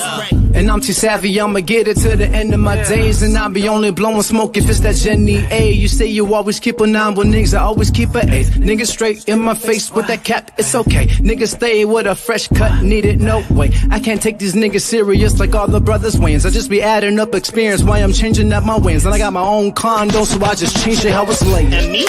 I'm never changing lanes. I got a better way to demonstrate and elevate the game. I keep a level-headed saying I told the devil pave the way. If ever I see there's a day, I'll disappear like David Blaine. I never Had it from magic, I had to grab it from tragic. Sometimes I wish like Aladdin, get thrown the pits with the dragons. Imagine living and lavish, I wanna get it, I have it. I remember shit in the trash cans, in the trenches in Afghan. But I made it back to the States, made it back to being black, and now they laugh in my face. With all that's happened, it's so hard to say this place is so great. So on the track, I found my faith and put my faith in the tape.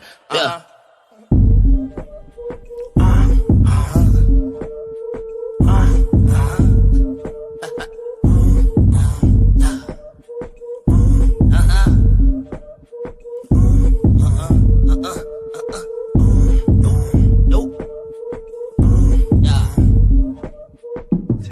'Savvy, Richard Ray, and that's it. Oh yeah, Young Savvy lifestyle. Peace. Hop out in Miami with no land, ain't got no understanding. How to hear I'm burning, or turn me on, you can't understand.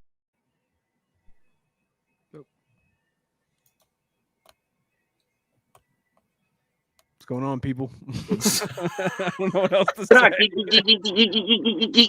Did he play the? Hop out in Miami with no land, ain't got no understanding. How to hear I'm burning, or turn me on, you can't understand. In the club, posted up, they lit up, no matter where I'm standing. Drop GLD for the Cuban link, yeah, you see it there. Might spaz out on some taller shit, no on zero tolerance. Money conversations ain't hard to relate, it's hollering. See my neck, they acknowledge it, good friend, go where you're not. Oh, that's it. 1 minute going in. Oh, we hit. Yeah. Leo. Yeah, Leo. 17 on my wrist. Yeah, move smart, take a lift. Yeah, buy tickets, take a trip. Yeah, punch you in your fucking lip. Yeah, time change for the shift. Mind change for the switch. Yeah, blind man with a blick. Yeah, if mind jam, it's a risk. Yeah, I'ma just get a bazooka. Yeah, I'ma throw dimes like I'm Luka. Yeah, I'ma just kill like Fallujah. Ain't no running from a Ruger. Yeah, I'ma just pull up and shoot ya. Why would I ever salute ya? Telling you I'm from the future. Bitch, I would never recruit ya. Hitting the blunt, I'm locked in. Sparking them up, got a boxed in. Wondering where's the boss been. You cannot talk when you cross friends. I'ma just take off on offense. I hope you know that we not friends. I'm sick and tired of nonsense. Yeah, what are my options? Whoa, yeah, I'ma go harder than ever. Ain't it better late than never? Yeah, I will fumble under pressure. Yeah, I'ma move smart like a professor. I'ma just teach him a lesson. Yeah, I'ma just ask him a question. Wait, tell me this. Tell me, why do you switch up on all of your people? Why? It's so crazy. Why? See how easy people switch up on you. Tell me why. It's hard to find people that are really with you, that'll ride or die for you. Yeah, to the end. 17 on my wrist. Yeah, move smart, take a lift. Yeah, buy tickets, take a trip. Yeah, punch you in your fucking lip. Yeah, time change for the shift. Mind change for the switch. Yeah, blind man with a blick. Yeah, if mind jam, it's a risk. Yeah, I'ma just get a bazooka. Yeah, I'ma throw dimes like I'm Luka. Yeah, I'ma just kill like Fallujah. Ain't no running from a Ruger. Yeah, I'ma just pull up and shoot ya. Why would I ever salute ya? Telling you I'm from the future. Bitch, I would never recruit ya. To the people who doubted me, you should know you ain't getting nothing out of me. And you could be mad at me. I ain't quitting, cause it ain't my anatomy. Nothing can shatter me. Ain't doing shit with the knives in the back of me. Can't be on the track with me. Cause to be honest, your music is crashing me.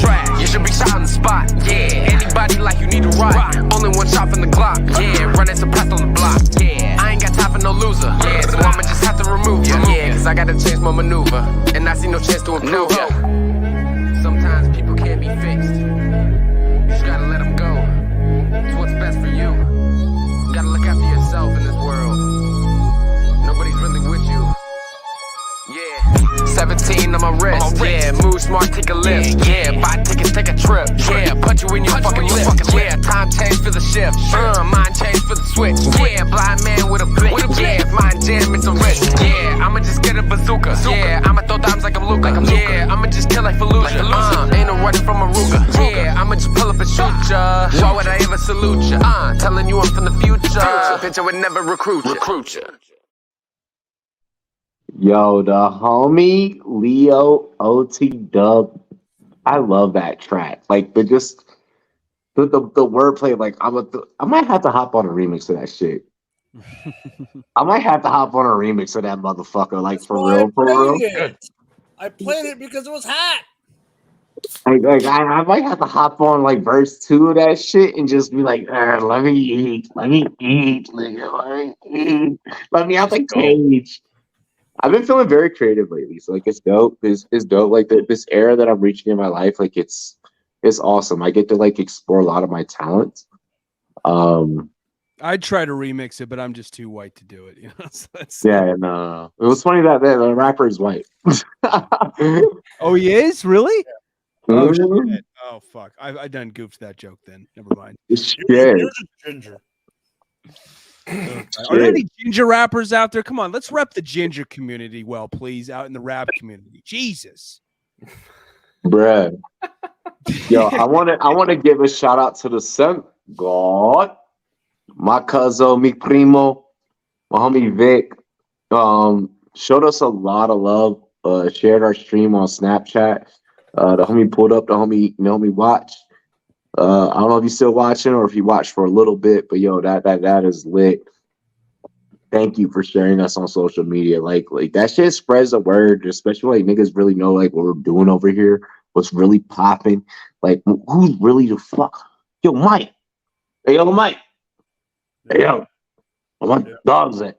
No, for real, like yo, like who's the fucking hottest goddamn Friday night stream that you can ever catch on YouTube and Twitch? Me. Motherfucker, where can they find? Rumboyz Fantasy Network. Say it with your chest. Rumboyz Fantasy Network. There we go. That's what I'm talking about. Say it with your chest. Shit. There we Ladies and go. gentlemen, make sure you guys like, comment, subscribe, share this shit. If you guys want to see this show on, I don't know, a big radio station, won't name any names. Oh, fuck it. An XM radio station. I'll give you a little hint. So go ahead and make sure you like, comment, subscribe. You already know the vibes. It's your boy Rumboyz Robbie. It's your boy Drop the Mic FF. We got the notorious nerd in the house. And give it up for your homie David Gillespie.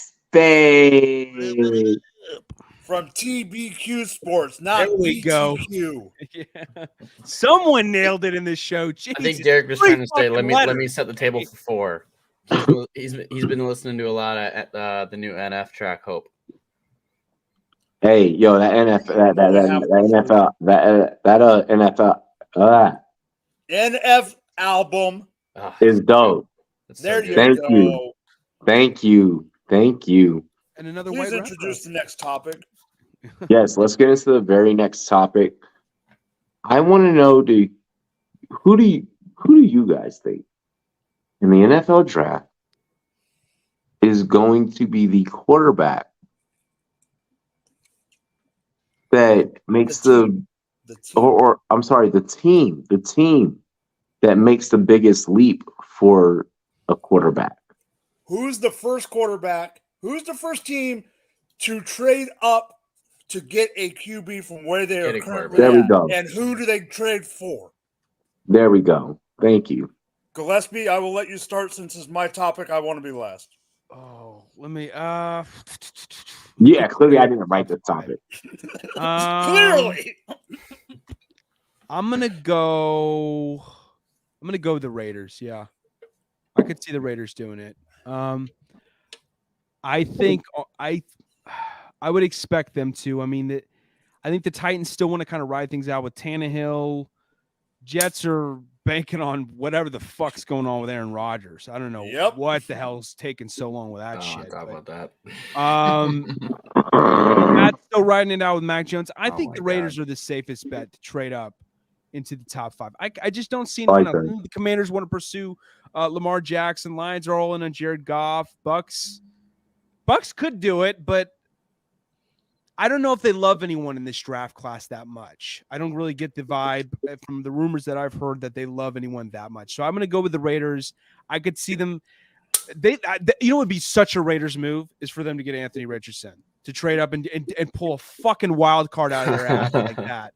Absolutely. They love doing shit like that. I know. Kickers in the first round. You'll see why had no business being up there to begin with. What's that?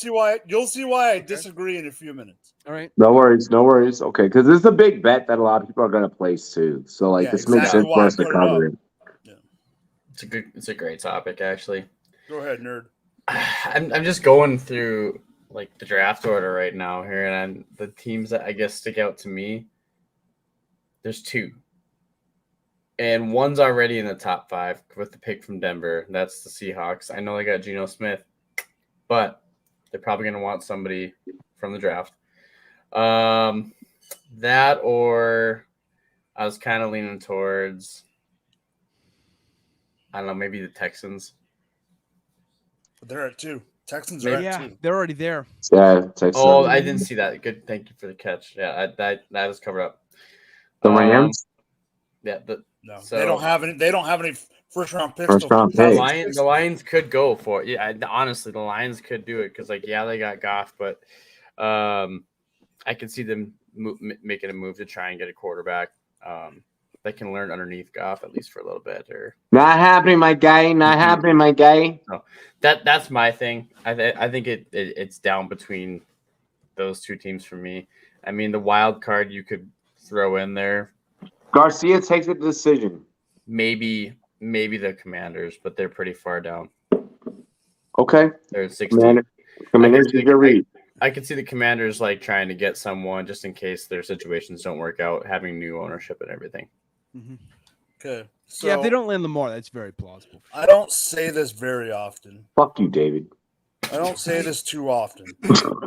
Oh my god. But David, you are a very, very smart man. He is. No, he's a really good analyst. Because the team that should, I'm not saying that's not my pick. The team that should be trading up to number 3, in my humble opinion, is absolutely the freaking Tennessee don't know what I'm doing Titans. But they're going to I don't blame you for that. I just don't know if they will. That's the thing. That's I don't think they will. I don't think they will, and that's what I'm saying.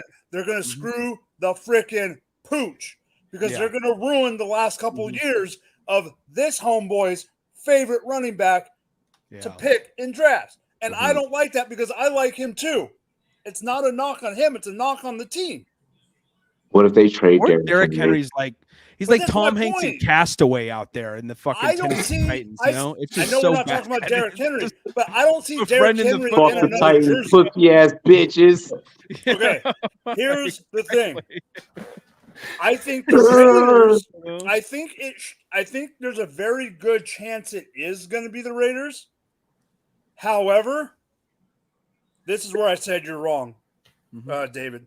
Why? Why is I that? think they're actually going to trade up and make the more bonehead move and take the mayonnaise coffee drinker because they love. You know what? They what? love. Fuck you for taking my take. They love the strong, athletic guy. Remember when they thought Jamarcus Russell was going to be the big next thing?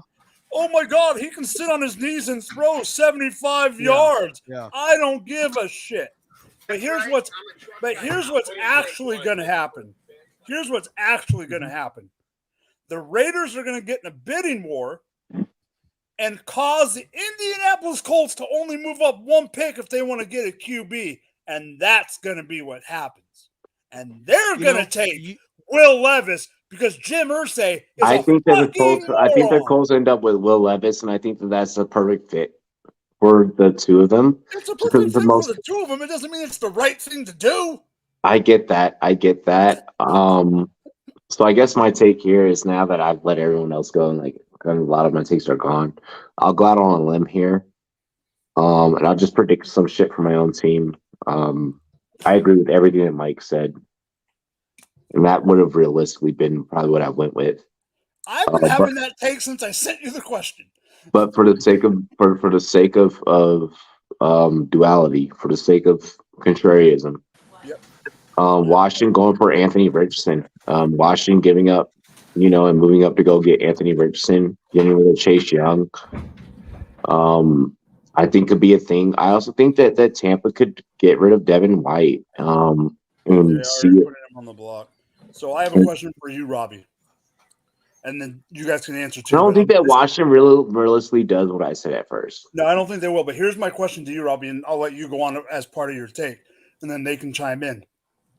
A wild card team to me And I think if Anthony Richardson is there, because they're saying that things could, move around, and even Stroud, whatever, Stroud or Richardson would be the two that I would take if I were this team. Is there a way, because they already have a wide receiver and they already have a tight end, is there a way Atlanta takes a quarterback at 8 if something was to fall? I was going to say something about this. Thank you for bringing this up. I don't think so. I think they're in on Desmond Ridder. Atlanta has to make a decision. I agree with you, David. But what if Richardson was to fall? I don't think people are thinking. Okay. I don't think. Here's the thing. Interesting, but if Richardson can be the fall, I don't think it'll happen. I don't think it will. If Richardson can be the fall, then if you're Atlanta, I think they should maybe. They I wouldn't pull the trigger. Mm-hmm. With draft talk and what I've learned about years of covering this draft, any draft, just years of covering the draft. Don't go on air saying anything. Speak your feelings, but be flexible within that. And if I were to be flexible within that, knowing that, shout out to Steve Smith for teaching me that. Then maybe, but it's tough. That's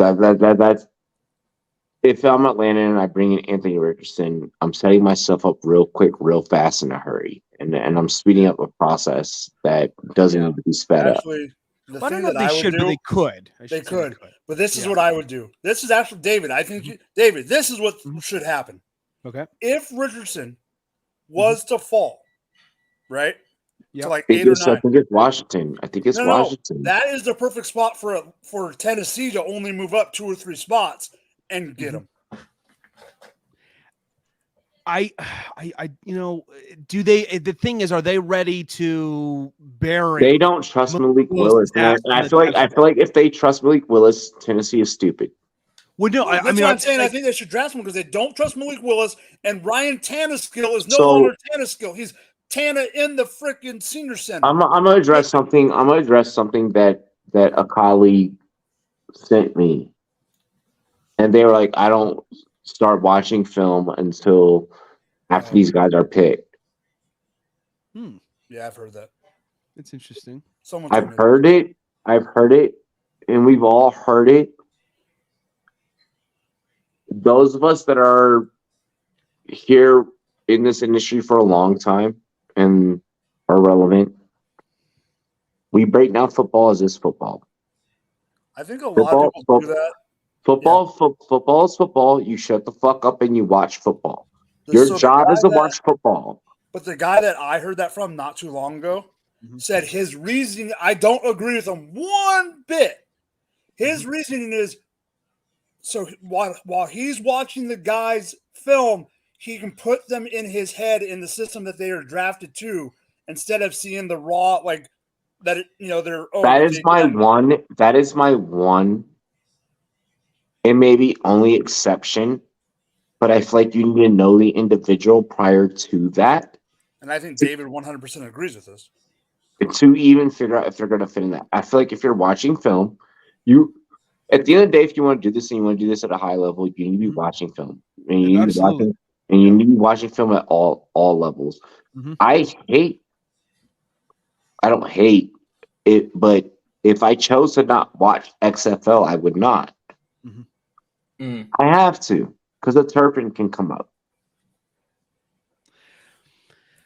I have to. Yeah. I don't know. I have to.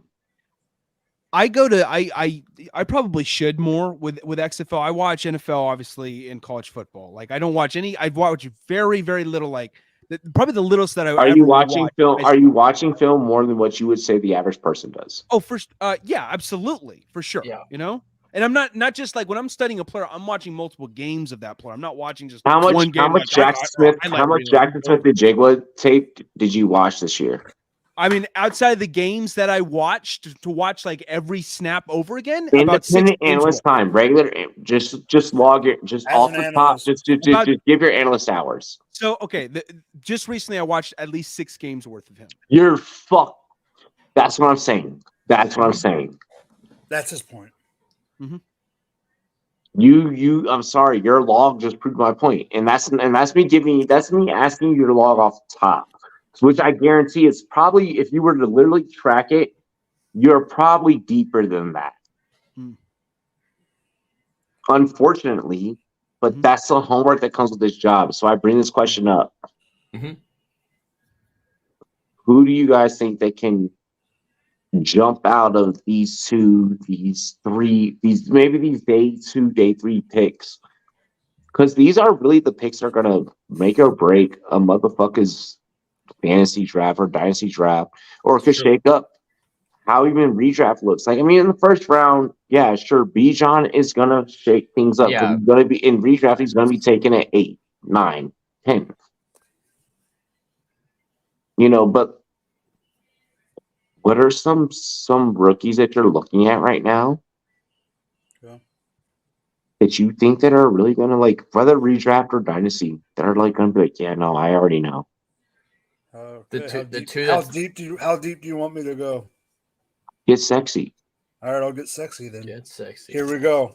Let's get horny as fuck on this show. So I'm gonna bring up. whip it Like, out. I want someone to pay OnlyFans prices. I want people to pay OnlyFans prices right now. Okay, so the first one Someone I'm gonna fucking bring up. donate, bitches. It's So the after first dark for one- a reason, bitches. The first one I'm gonna bring up is a taxi. We don't mean to squad call y'all person. bitches. We love y'all. I know. in fantasy, he's gonna have My inner the Dom first in one me. I'm bringing up. In real football, he is going to be productive a little bit off the bat. For fantasy, I'm stashing him on my taxi squad. And in year 2, because the position rookies never do real great for fantasy, I transfer because he got stuck behind Pat Fryermuth at Penn State. Fuck, you going tight end. Yeah. Old damn it. Dominion, Zach frickin' Kuntz. Damn, I love the Why you Zach gotta do Kuntz that? pick. I love the Zach Kuntz pick in all 22. Okay, Zach Kuntz isn't going to be a fantasy relevant player right away. All 22, yes. He's going to be a guy. He reminds me of Ben JSN Watson. is only a wild card because of first round probabilities. He reminds me of He reminds me of Ben Watson in the tape that I watched. Yes, he has the highest. He reminds me of, like, in the sense that he has to seam, and he's a big guy, can go up and get it in the end zone. He's going to be one of those tight ends that is going to be on the line, but also run down the seam. He's going to need a quarterback that's accurate. He's not going to be able to go and do the athletic contortionist catch and all that. So I like Zach Kuntz. Fuck you for not saying Jamar Gibbs. But here's the thing. Jamar Gibbs could be a first-round pick, and that's why I won't pick him. I'm I going know. deep, mofo. I know. And here is one of I my don't think two. I don't think Jamar Gibbs is a first round So, pick. I have 2 wide receivers that I'm considering my guys. And I'm only going to give you one. And he's also a transfer. And he transferred away from wide receiver U because of Jefferson and those guys. He went to the frigid corn state. Give me Trey Palmer, bitches. Give me Trey Palmer. Give me Trey Palmer. All right. So wide receiver to wide receiver. Let me talk about Trey Palmer. Go for it. I'll let you speak because I Trey love Palmer. Trey Palmer is. Think about playing against Kevin Garnett, almost like kind of like I'm talking about that crossover with the way he'll go up there and he'll get that contested catch. Double move. The man is very aggressive. He at his size, he's playing like a fucking power forward at the receiver position.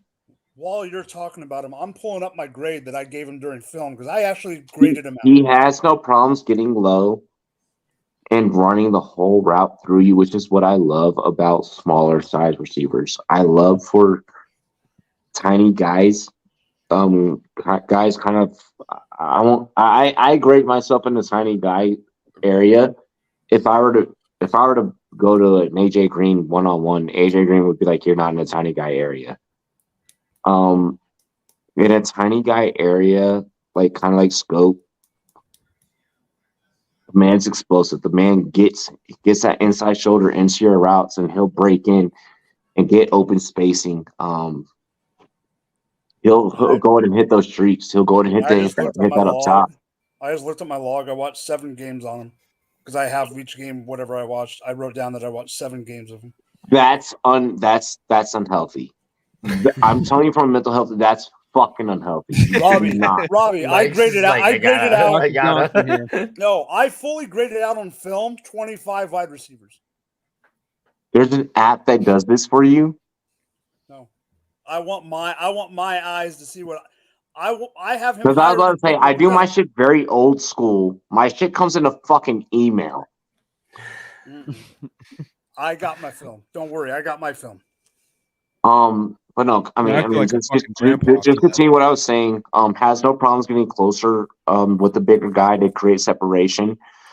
You need that. There's a lot of smaller stature receivers in this class, and some of them are probably going to be day 4, day 6 picks. You mean round 4 and round 6?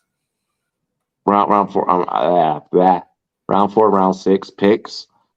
But there's a lot of guys that have breakaway speed, have top-notch speed, have the hands, have all the tangibles to really make a roster, and those are the guys that you're going to have to really look out for. And that's why we bring up this topic. Nerd, anyone that you're really, really looking out for? Yeah, it's kind of deeper into the draft. I don't know if even know if you guys are going to care or not, but for me, it's probably Tucker Kraft from South Dakota State at tight end. I saw the way that they incorporated him in just the 2 or 3 games that NDSU and South Dakota State played. Because you guys know I'm from North Dakota. I go to those games. The South Dakota State game is the game I primarily go to in person. But watching how Tucker Kraft can kind of really hurt you down the field, blocking, just all of his abilities, his athletic ability. I think that wherever he goes, he's going to be able to find a way to get onto the starting roster. I think that he's going to be an interesting pick. I think he offers immediate impact to quite a few teams that don't have that star tight end that every team looks for. Tucker Kraft he has good hands, he has good route running abilities, he has good blocking ability. And he is size-wise 6'5", 254 pounds. So that's where I'm at with it. I wanted to not go with an earlier area. I really wanted to go in terms of what's deeper in the draft and who's in a lower known school like FCS. They're not a lower known school. It's a lower division, I would say. So I would say Tucker Kraft. I love the Kraft take. I'm not going to shy away from that. He's on my list. He's on my list. I do want to direct my attention to this from a Dynasty's fantasy football standpoint about Burks. Even redraft. I'll do this with both. Burks, I'm kind of moving off of. I think he's going to be force-fed and not be productive. I don't think the hands are fully proven yet. Stats can say otherwise. Film says something different to me. Stats can tell you a very positive future and a very positive projection. Yep. Burks just seems like a future 2 to me, a future 3. If I'm playing in Dynasty, Burks is probably going to be a 3 on my squad right now. And maybe he can earn his way into it too, and I have no problems with. You're looking for explosion. You're looking for, on the stat sheet, what you're looking for from Burks is a show me you can really be a guy type of deal, and I don't think the offense allows that. So I'm probably moving on from a Burks in Dynasty formats. Now in redraft, Burks is a bottom end guy, and I have no problems taking a dart throw at that and seeing if something profitable comes out. In redraft, I think this is a name that you should look out for. I think he'll be more profitable for you in those formats than in Dynasty, hang on to a stock that could potentially diminish. If Burks pops off for you at the beginning of the season and then dies off, cool, move him, get rid of him. If Burks doesn't do well, but he's getting the targets and getting a substantial amount of looks, then maybe I can move him in redraft formats, middle of the season. And I think Burks is more of a trade piece than us looking at keeping him on our roster. CB says slime. It's a party in my city. Yeah. What's happening, CB? For It's me, a parade in my city, bitch. For me, I know David's going deep on this thing. Let's go, D. Dave's gonna. I don't know. I mean, it depends on if you guys think this is deep or not. I mean, I don't know if I went as deep as people would expect, but A.T. Perry is the guy that comes to mind. Oh, that's deep. I love it. That's not all right. You're all right. Robbie's already protesting. Hey, shit I already have him on a Devi squad. Go ahead, David. Preach. Love it. No. It's deep. It's deep. He's a top 20. But I have to remember that those of us that are out here look at football. So this is where I have to shut the fuck up and just let this. I just gotta let the little bro talk. Oh yeah, that's definitely. I love his frame. Shut up. I love his frame. He's 6'4", 200 plus pounds, great size. It's my whole take. Yes. This guy has the capability. I think the one thing that honestly is the biggest gripe about his game is not the drops, because I knew he was near the top in all of college football when it came to drops over the last couple of years. But I think I honestly. Oh my! We actually have a dono. Pang! Look what he said. Oh, no. Keep saying the word. Keep saying the word deep, please. And when I mean deep, I mean it's a deep. parade in my city. Yeah. Like fucking deep, dude. Deep. Deep parade in my city. Deep. Get in there. I had to get in there deep, man. I had to go deep. Just pry myself. No, for real. Hey, I need you to write this doc really quick though on A.T. Perry. Because I have so many colleagues in the wide receiver world that kind of advocate. So He's a monster, man. Honestly, my biggest gripe with him though is, and it's not because he doesn't have this capability. He definitely has this capability, but I want to see him go out there and make the opposing DB his undeniable bitch when he's posting up to go up for jump balls, like to absolutely manhandle this guy like he's his fucking lapdog. He boxes out. So it's fucking great, crazy. but I want to see more of it. I want to see him get himself in position, and I believe he's smart enough. I believe he's fast enough. This is a guy who ran a sub 4.540. He put up monster numbers at Wake Forest. This is a guy who had back-to-back years of 1,000+ yards, double-digit touchdowns, and yeah, he did play alongside Jacory Roberson on the opposite side with Wake Forest, and Sam Hartman was his quarterback, so it was a high-octane passing offense. But this guy, though, shows. I feel like Perry can be a deep, can be a what Tyler Boyd gave us in Cincinnati. That wide receiver 3 level type of shit, where it's like, oh shit, like you can bail us out.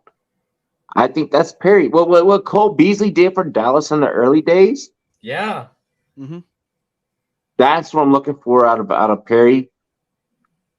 Honestly, I'm trying to find a way to where I can really like come at you on some type of angle with this, but like as a professional to a professional, you're on point. You're not wrong. I think he's in, honestly, people are sleeping on him. I had him really high in my wide receiver boards. I believe I had him top 3, where he only trailed Jordan Addison and JSN, David, I think that there's a scout. I don't know what scene, but I think there's a scout that's seeing what they're seeing and is gonna lock this kid in.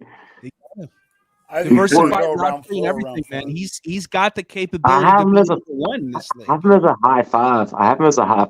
4 or 5. I think he should make low 4 high 5. Low 4 high 5 for Perry, and then Perry just comes out fucking the game over. Do you want to hear a hot take though? This is probably the hottest, steamiest take right here. I have him higher than Quentin Johnson. All right, you bugging. I'm serious. Yo, I'm not gonna let you get. I'm not gonna let you get.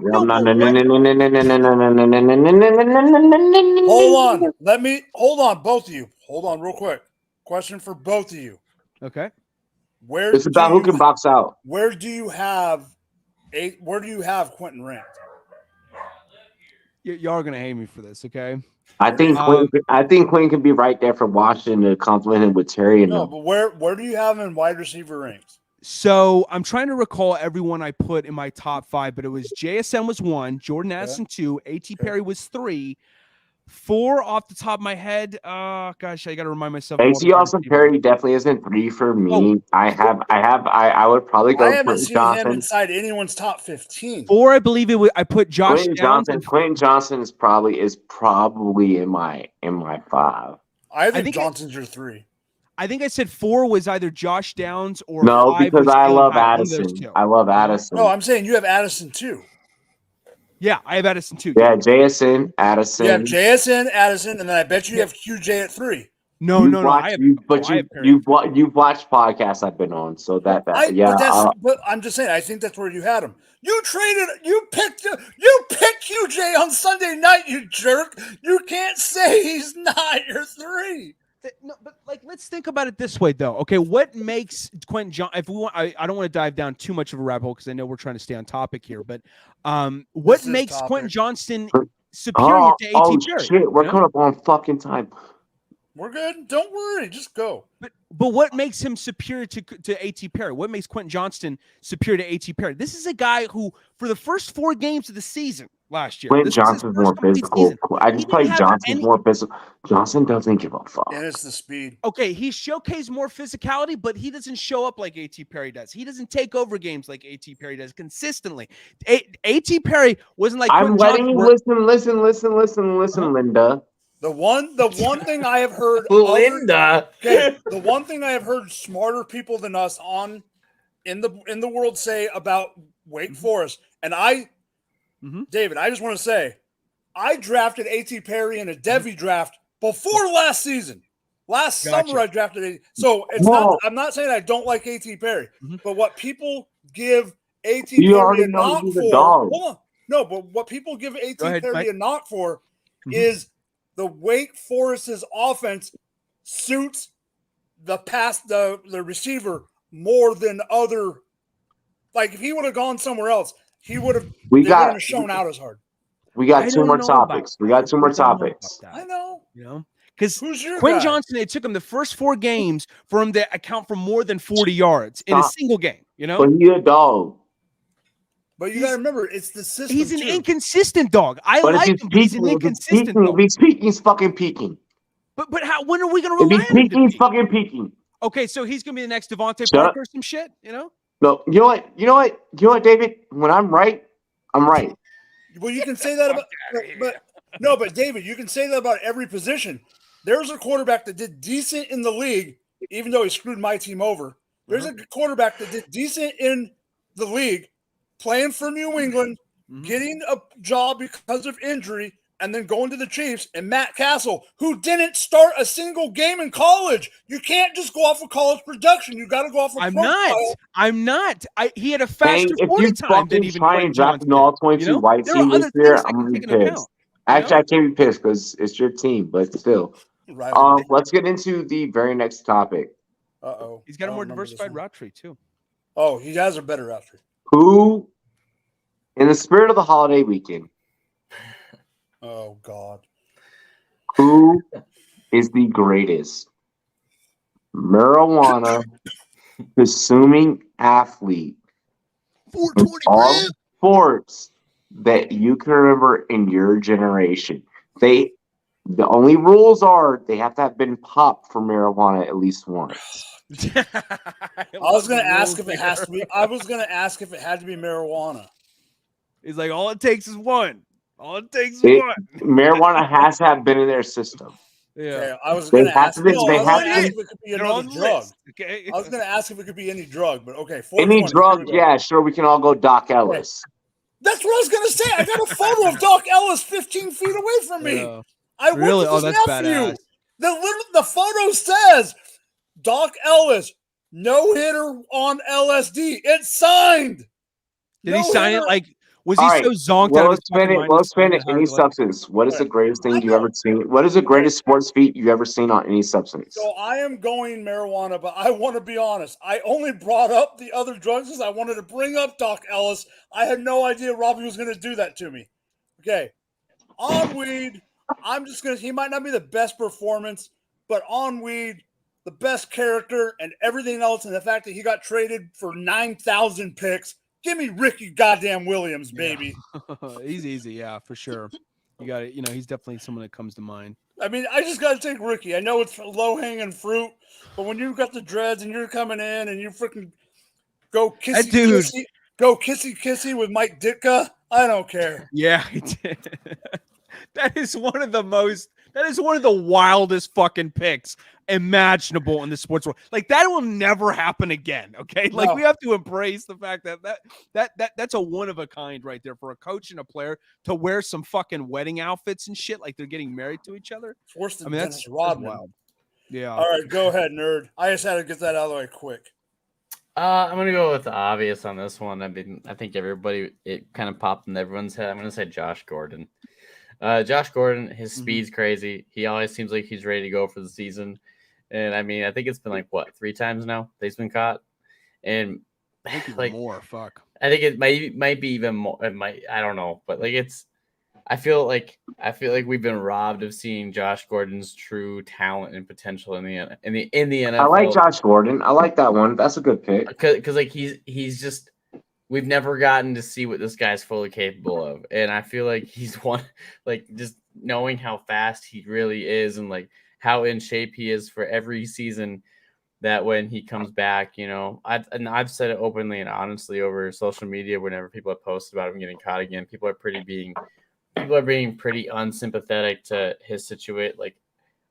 Like they say a lot of hurtful things, people are monsters over social media. Yeah. And all I've ever said about it is, maybe I worked on an ambulance service for a long time.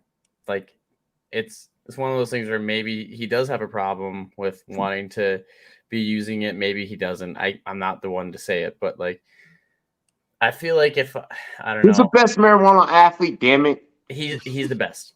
He's the best. That's my opinion. Like we never got to see what we should have been able to see with Josh Gordon. So David, I have a question for you. What's that? We're not talking about any other substance. No, I have a question for David pertaining to Dave, specifically for David, and that he can go into his take. You stand on the field with Josh Gordon, correct or not correct? Yeah. Does he just in warm-ups, does he just look like a beast? Menacing. Yeah, he's a monster, dude. He's a fucking legend over here, like dude. Menacing, dude. This guy is so like he doesn't fit in because he's so much better than these other mofos out there. Like that's how good he is, Like he honestly should still be in the league if it weren't for all the ganja. But like he just, it's unfortunate. I know he's been battling it, but and it's not even just that. Like he had problems with didn't he have problems with lean and alcohol and shit like that? Yeah, he had a lot of other problems. Yeah, luckily I'm fine with that. It wasn't just weed, it was other things too. And he's a smart dude. Like he's not like I know he keeps making the same shit, like doing the same shit just a different day in terms of mistakes with drugs and all that stuff. But like when you hear him speak, he's very, very eloquent and sound mind. Yeah. Sound mind, like he's a smart ass dude, honestly. I was tempted to maybe say him. Ricky Williams is an easy one too, especially considering how much hype that dude got out of the University of Texas, man. I mean, that guy was like he was the next dude. Pick your fucking athlete. Sorry, I already took Ricky Robbie. Patience. No, it's no. My guy though is I'm gonna go a little dark horse here. Okay. Oh yeah. Justin Blackmon from Oklahoma State. I'll take Justin Blackmon, man. Pick. This dude fucking dominated. If this dude could have just kept his hands off the weed, and off the alcohol, he would have been next level. He would have been an all-time great, I believe. I would have believed because he was killing it already in Jacksonville before this happened. His last season through 4 games, he had well over 400 yards already. Wow, man. I got one for y'all then. I got one for y'all. I could have gone defense. I could have gone offense. Mm-hmm. Oh, I know where you were going to go. Yeah. Okay. But you know what? I'm going to go I wanted to Just keep do it it. Just do it. NFL. I wanted to keep it NFL, and I want to say Joe Thomas. Joe Thomas. What? Yeah, With weed? yeah, bro. Yeah, Yeah. Homie's a whole ass weed advocate, bro. I think you meant. Wait. I was gonna go offensive lineman Joe Dave's Thomas. like, Joe Thomas played like 12 seasons. He was a Hall of Famer. He had no issues with weed. He didn't have Alabama issues. tackle with He the used Browns. weed after his career. Yeah, but he didn't like his career wasn't fucked over because of weed. I'm going to go my homie from All the Smoke. Oh yeah. I gotta go with both the hosts, Barnes and Jackson. Jackson. Yeah, Jackson for sure. Jackson for Steven Jackson. Steven Jackson was a dog. Like I could have easily went Michael Phelps. that like totally slipped my mind. Actually, I forgot about Phelps. I could have easily went Michael Phelps. I'm gonna go Steven Jackson. I've got an opportunity to like talk to those guys on like Zoom business calls and shit, like behind the scenes, like doing like podcasting shit, like when I worked with different apps that I don't no longer work with. Yeah. Didn't he? I could be wrong, but didn't he? Yeah, he sipped scissor and all that shit like before games. Steven Jackson did not give a fuck. He did not give a fuck. Well, the malice at the palace alone can tell you that. Yeah, I'm gonna go Steven Jackson. Like knowing I've met this motherfucker. Like I had to think like who I've met, and like I had to like really think about this. Like I had to really think about this. And like when I go deep in my memory bank, I'm like, we did have a Zoom call together. That's dope. That's nice. Like, you are a really good dude, and you're just a genuine person and a downright like good individual. Filthy, man. Yeah, and he has no problems representing the culture. So, yeah, no, I have to shout out the homie. I have to shout out the homie because a lot of good has happened since that show's been on air. Mm-hmm. And they've done a lot of good for athletes that do smoke. And I think that we should be able to. So, yeah, I love that. Like, yeah, I gotta actually, yeah. That whole that too with yo Bonds, yo Jackson, hit me up, B. Let's hop on a mic. Let's get it. Rumboyz Robbie, the only fucking fantasy football analyst that's really out here that's like, this is my life. Stuff right now.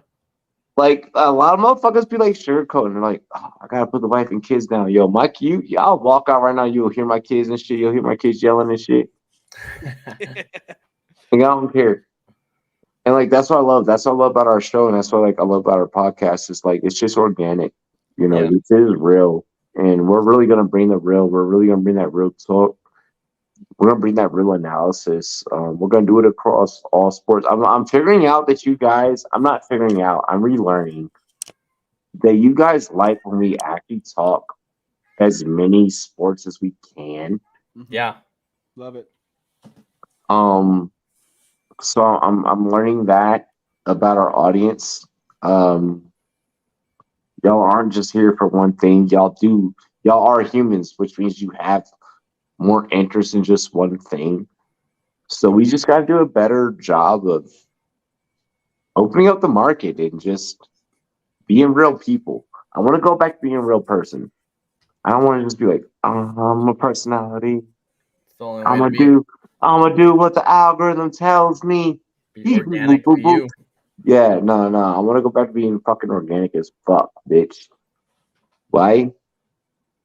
Because like I feel like we can, and I feel like we can really do that, and that's what pioneers the culture. That's what changes the culture. That's what makes the culture expand their differences and expand their minds. And we've always been pioneers. Like even in fantasy football, we were like, we're gonna start doing IDP, and it was like, oh my god. Like anything we do is it's always been replicated and duplicated in many different ways. So yeah, No, like let's interact with the world. Let's say hi. Let's be people and friendly and fuck. Like I love you guys. This is dope. Be good people, you know? Yeah. Be a good Samaritan, damn it. Dilly. Mike, let's end the show. Do last year. Wait. Do you want to shout anything? Oh, you can find me here. I'm always here. You can hit me up for graphics if you want. You can read my articles coming out on Dynasty Nerds, but I'm here. I love you guys and peace out. Mike or Notorious. Notorious. You guys can catch me on Twitch. I'm revamping a fantasy sports podcast amongst talking about like some pop culture shows that are coming out, such as like The Mandalorian, the last season. I'm going to be looking to cover that with some people, so it'll be a fun time. And then I've been playing a lot of Sea of Thieves and Call of Duty, so you guys can catch me there. It's exactly what you see on the screen: Notorious, Nerd, and then Twitch TV. I need to get a PS5 so I could catch Dirty Snipes with you. Yes, we be down. All the I'm time. nasty with a sniper. Yeah. We were playing gun game until way too late last night. David. Yeah, you can follow me at David G Sports Pod. Catch all my random rants, bitches, moans, all that stuff that I do regularly. You can also catch my podcast at TBQ Sports. We go live every Wednesday. TBQ. Or as Robbie calls it, the BTQ Sports, the QBT. No, that's not what happened. Yes, it is. You know it is, Robbie, but I love you. You can't deny it. At the beginning of the show, you even said, I'm just going to let him introduce himself so someone can get it right. Oh, I love you, though, Robbie. I love you. I deserve that. You know what? I will take that. I deserve it. I tried. No, but you can follow us there. We go live every Wednesday at 7:30 p.m. Central Standard Time, which I believe is 8:30 p.m. Eastern Standard Time for those of you all don't know time zones. Yeah, you can follow us there. It only matters that it's at 5:30 West Coast. That's all that matters. There you go. I wish I could just say that, but everyone's like, what does that even mean? Yeah, I hate it. Here's what I'm gonna say. What I'm gonna say. All right. Look, I love and I appreciate anyone and everyone. If you're showing us love in this algorithm fucking social media world, please show them love. Jesus, Mike. Fuck. It's like the next horror monster. But please show them love. Please check them out on their streams, on their podcasts, on their websites. Please, like it would mean I've done all right. I can do bigger. I can do better. I'm gonna bring bigger. I'm gonna bring better. Check these homies out. They're doing shit as well. Support them. Always come back. Support this. Don't fucking forget your roots. Mm-hmm. But don't ever check the homies out. Drop your details on your interview though with the radio station. Do it. Yeah. That's big time, man. Big second round interview Monday with a XM radio station that I'm not gonna announce. I'm gonna keep that quiet. So hopefully this show becomes bigger. So make sure you guys like, comment, and subscribe. Like, check this shit out. Boost it. Show us love. No matter what happens, like let's do this thing. Sunday.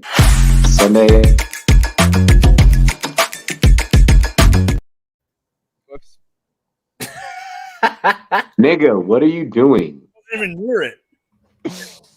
No. Sunday, shut the fuck up. Sunday, I'm gonna be doing my first stand-up performance. So if you're in Colorado Springs, check us out. Check me out. And yeah. Now I play the fucking outro, you asshole.